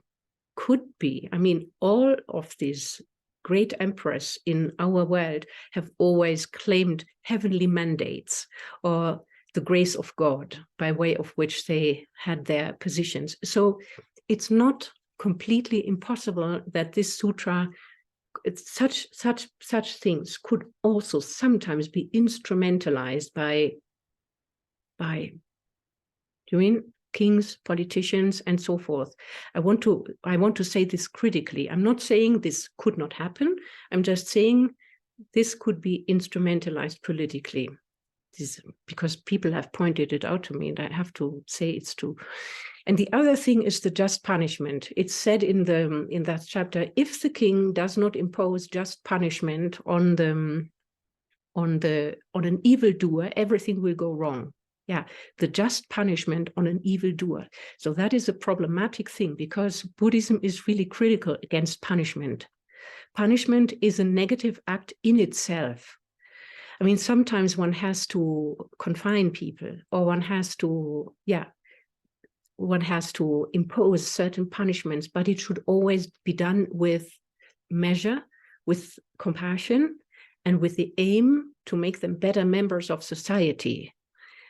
This is now, I can't explain extensively, but Nagarjuna and Chandrakirti in their, Nagarjuna in his Ratnavali, the precious garland, and Chandrakirti in his commentary on the 400 verses by Aryadeva, they have both very clearly said, okay, capital punishment never, but if imprisonment, then very carefully, and never torture, never deprive of food, never make them, never humiliate. You must treat them like unruly children. Yeah, the king, if the king cannot be compassionate, who can? And Chandrakirti even says, you should have special compassion with those who have fallen. Those, the very evil people who have done, the murderers, they are the ones with whom we should have the greatest compassion. If we have no compassion with them, why have compassion with people who are at present reaping the results of having done those acts? We must have compassion with the evildoers. That doesn't mean holding hands, but it means always with measure, never with retaliation, never with the thought to destroy. So this is important, because in the it's not really explained in the chapter what does it mean to impose just punishment, and also this could be taken as a free hand to do whatever one deems necessary. But no, it's very clearly said. here I say from Nagarjuna, okay? Your compassion must be especially strong for those who committed great evils, the murderers. The fallen are the best vessels for people whose compassion knows no bounds. Yeah. Yeah, okay, that said, that says it all, yeah? And Chandrakirti goes even further because Nagarjuna gives advice to a king, so he has to be a bit diplomatic. I mean, he has to be pragmatic. So king must punish, so Nagarjuna helps him to punish, not too severely.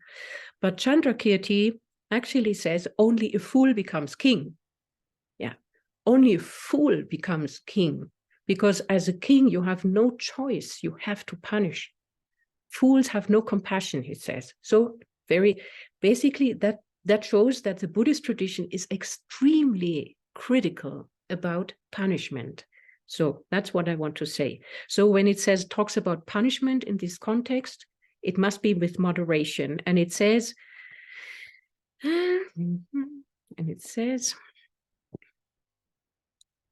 giving up, so the king should, giving up even his life for the sake of justice. He should never succumb to bias, should even once the king take the side of people related and unrelated. Hence, the king should forsake his own cherished life, but never give up the Dharma jewel.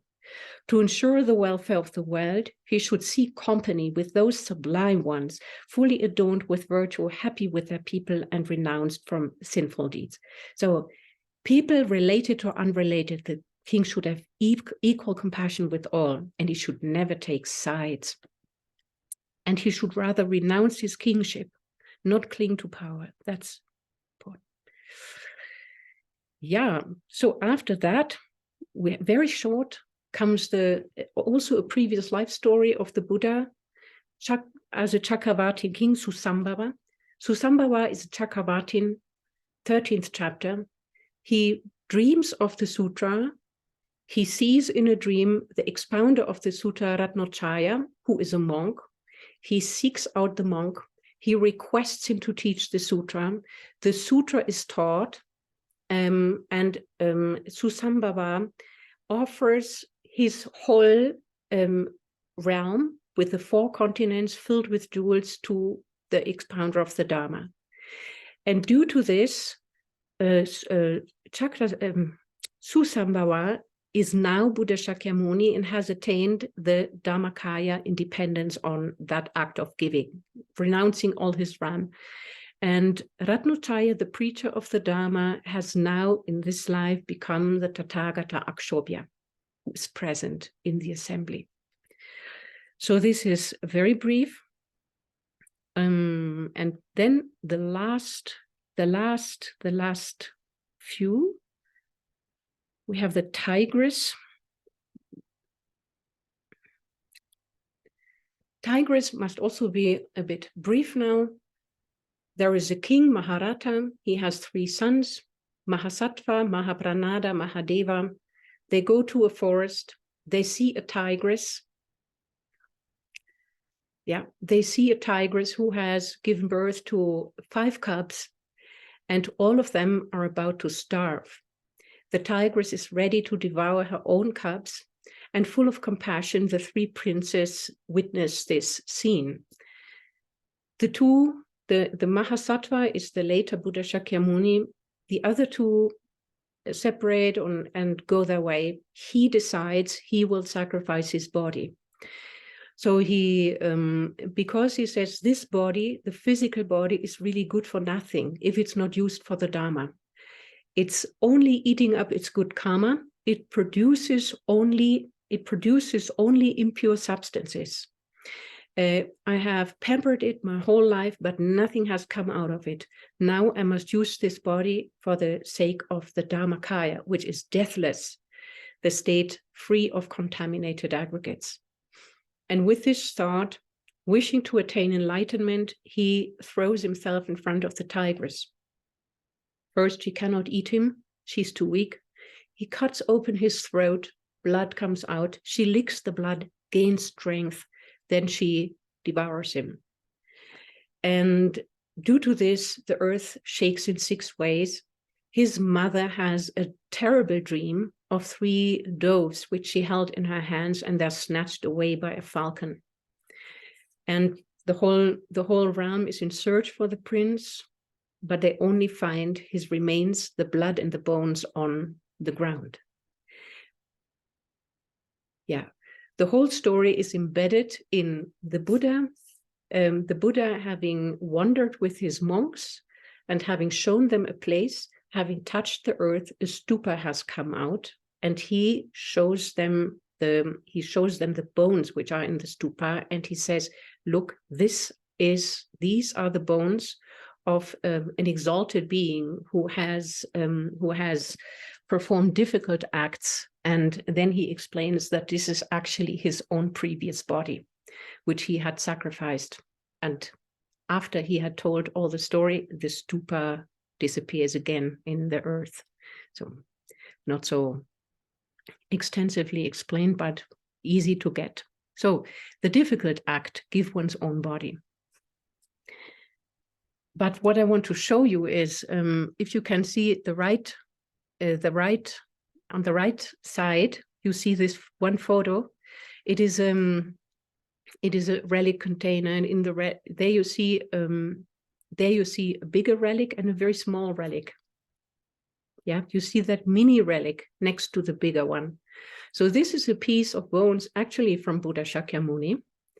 And while the Sutra of Golden Light was recited in Australia, this little white piece, yeah, while the sutra was recited in a retreat with Lama Zopa Rinpoche in Australia, next to that bigger relic, this baby relic was born. It was not there before. It has actually, during the recitation, the relic has given birth to a mini relic.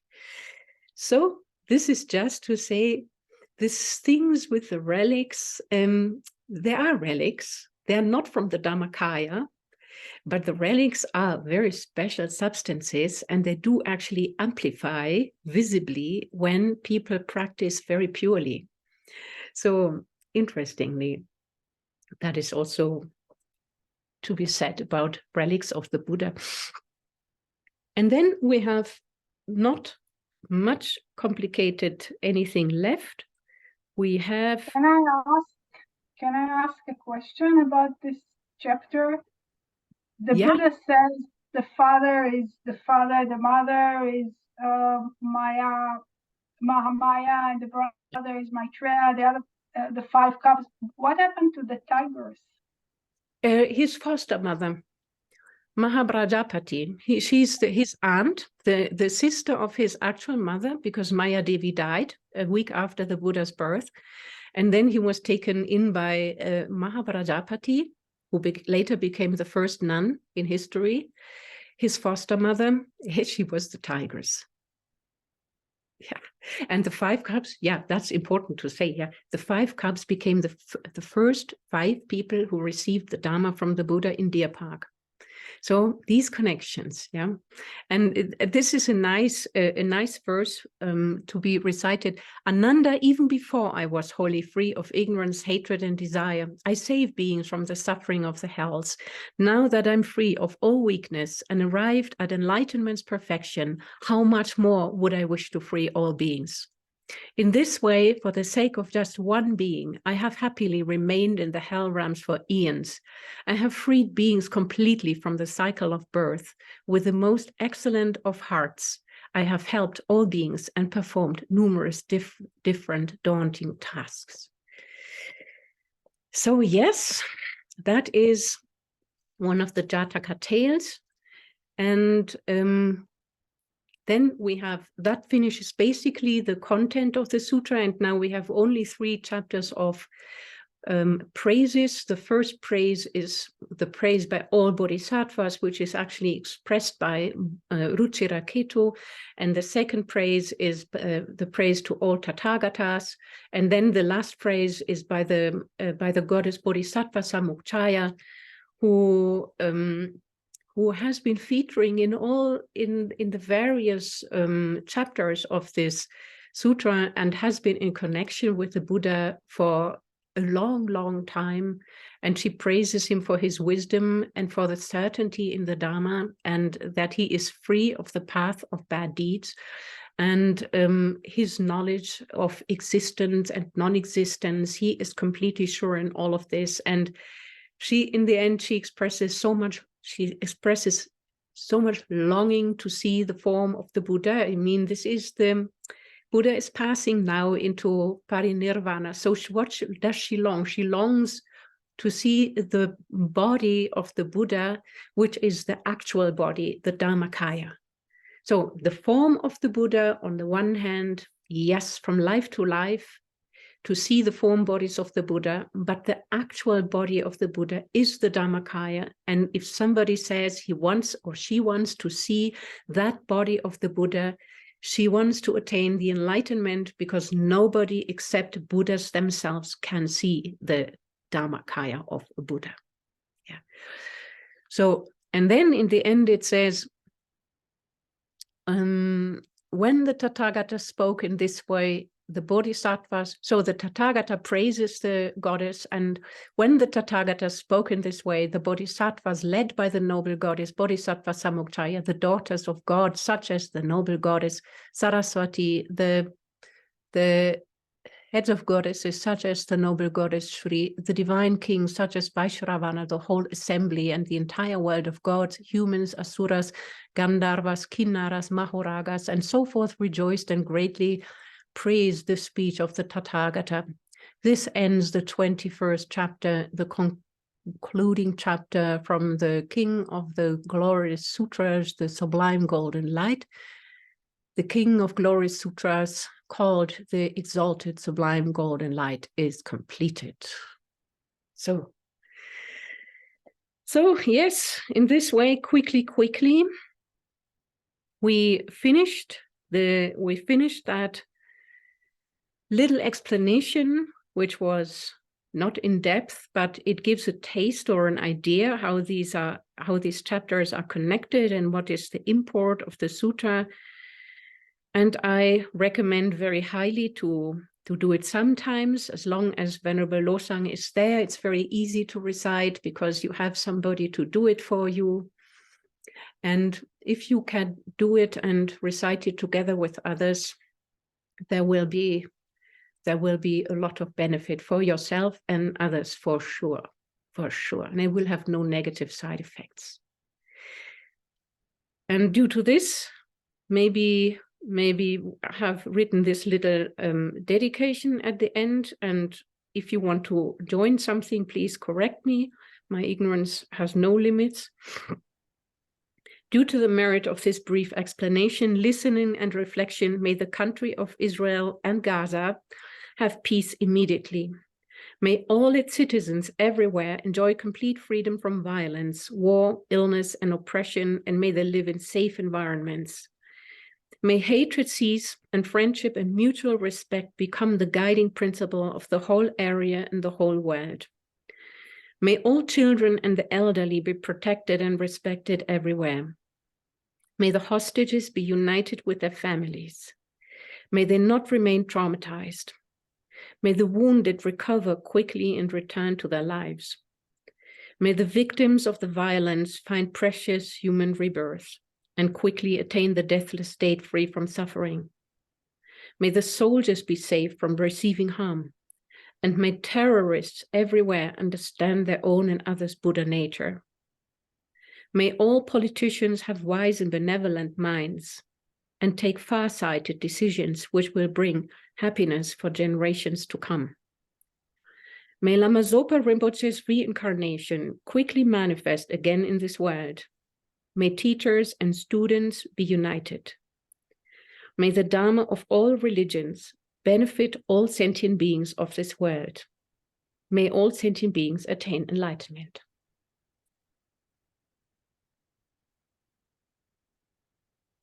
So, thank you very much. If you have questions, you can ask, but if you don't have, we can also, since it's already a bit later than expected, slowly come to an end. I have a question. Actually, I'm from Israel also, so I have a question like this. So, for example, I don't know if to talk about the situation between Israel or generally, okay? If I see, let's say we don't have a king, okay, like in our country, it's like our head prime minister and like He's a the king. army and itself. And like we just read about that if the king, you know, doesn't respect all this, like bad things may happen to the country and citizens will leave. Like, so I'm asking myself, like, if I don't see like the actions, you know, of the head of the people, in one way of what we just read, like, what is the best thing to do? Is it to read the Sutra, to leave this country and to be near, you know, more holy people and to hear Dharma, like, what is the right thing to do and to continue praying, like, what is the best thing that I can do in order to help to these countries and all that things? I think the best thing is always to develop one's own mind in accordance with the Dharma. So if one can study the Dharma, meditate on it, and recite sutras such as this will definitely bring positive energy to everybody we come in contact with. It has a ripple effect, and it will have a long-lasting benefit. So this is always the basis. The basis is always the Dharma. And then according to competence, if you have political competences, it's also very good to serve the country with Dharma in mind. We cannot express it in terms of Buddhist terminology, but you can express the Dharma content, which is always non-violence, non-violence, non-violence, compassion, love, Bodhicitta, and so forth.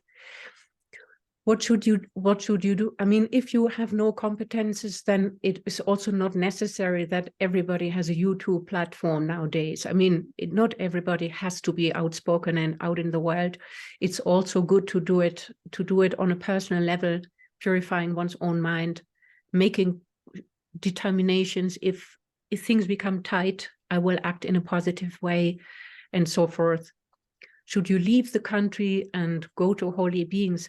I mean, I don't know your life situation. It is always good if you're, but not, it's in general, we should not just quit our countries. We should also try to benefit the country. I mean, if everybody who has a mind and a heart and compassion and wants to do good things, if all of these people left, then who's left there? It's good if few people with non-violent intention also stay. But if you have chance to go and see holy beings and listen to the Dharma occasionally, that would be always a very good thing. Thank you. Thank you very much.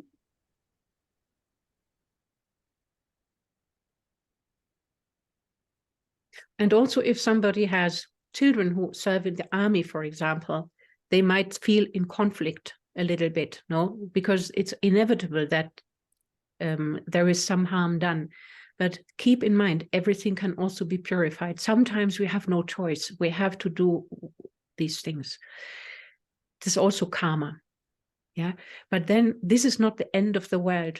We do what's necessary for the time being, but then we must always keep in mind purify, but not necessarily volunteer. If one can not volunteer, it's also good to stay out of the direct violence.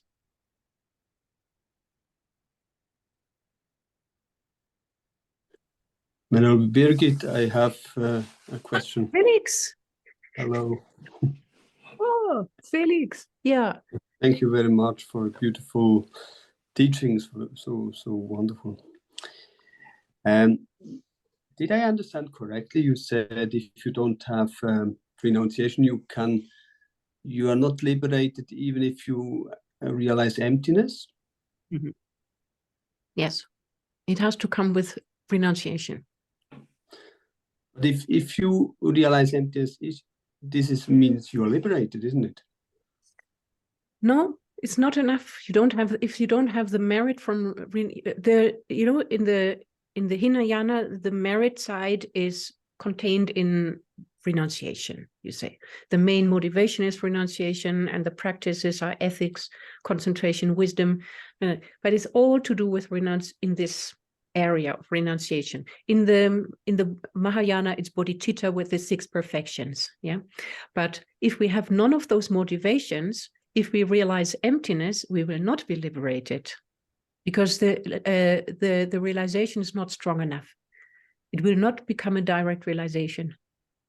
Yeah, because if you think about it, wisdom can only develop on the basis of concentration, concentration only on the basis of ethics, and the ethics has to be practiced with a motivation of renunciation. Because they are individual liberation vows, you know, so there must be renunciation. Yeah.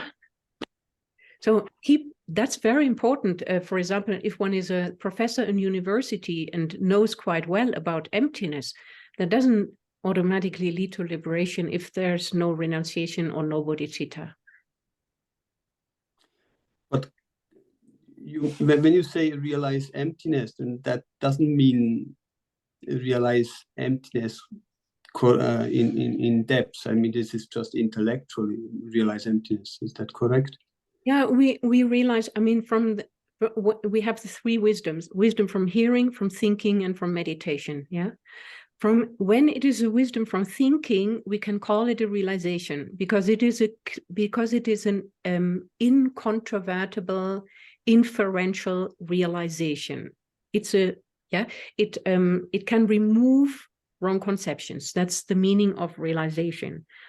But only when it becomes a wisdom arisen from meditation, and then that is it, and even that means on the basis of shine.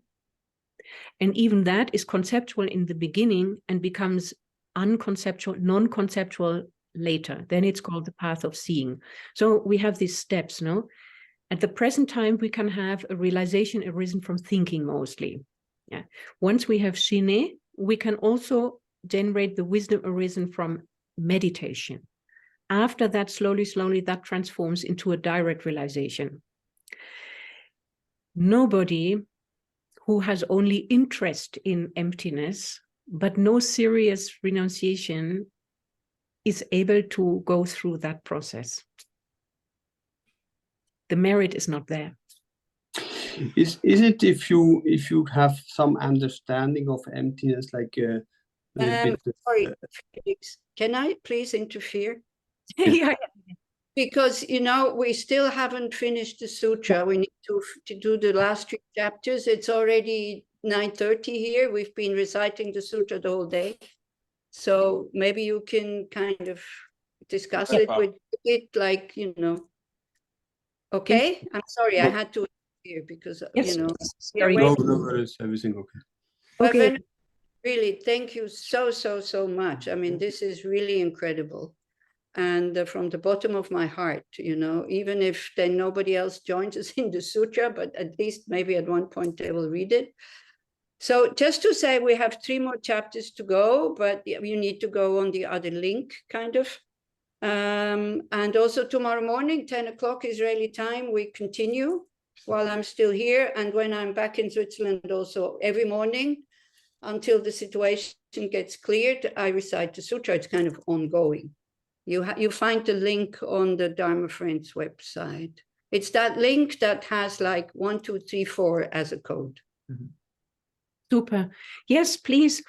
Everybody who has participated, try to commit at least to 1 recitation. I mean, all of you, everybody can commit to at least 1 recitation. It costs you 4 hours of your life and you never know what comes out of it. Dedicate for Israel, for Gaza, for everybody in the area, that there may be peace. Yeah, this is not a great investment, but it is great benefit. And there are many groups you can join, especially presently. Thank you so much for this meeting. Thank you.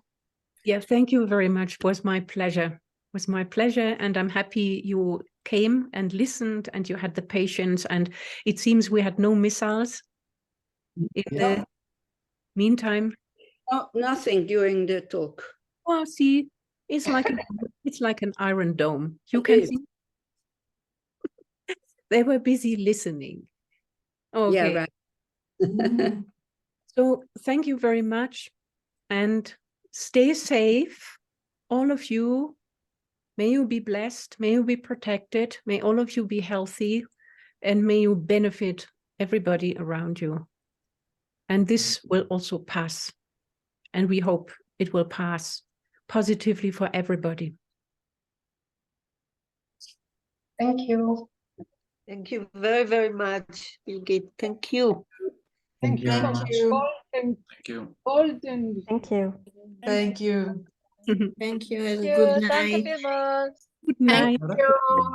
Golden. Bye-bye. Bye bye.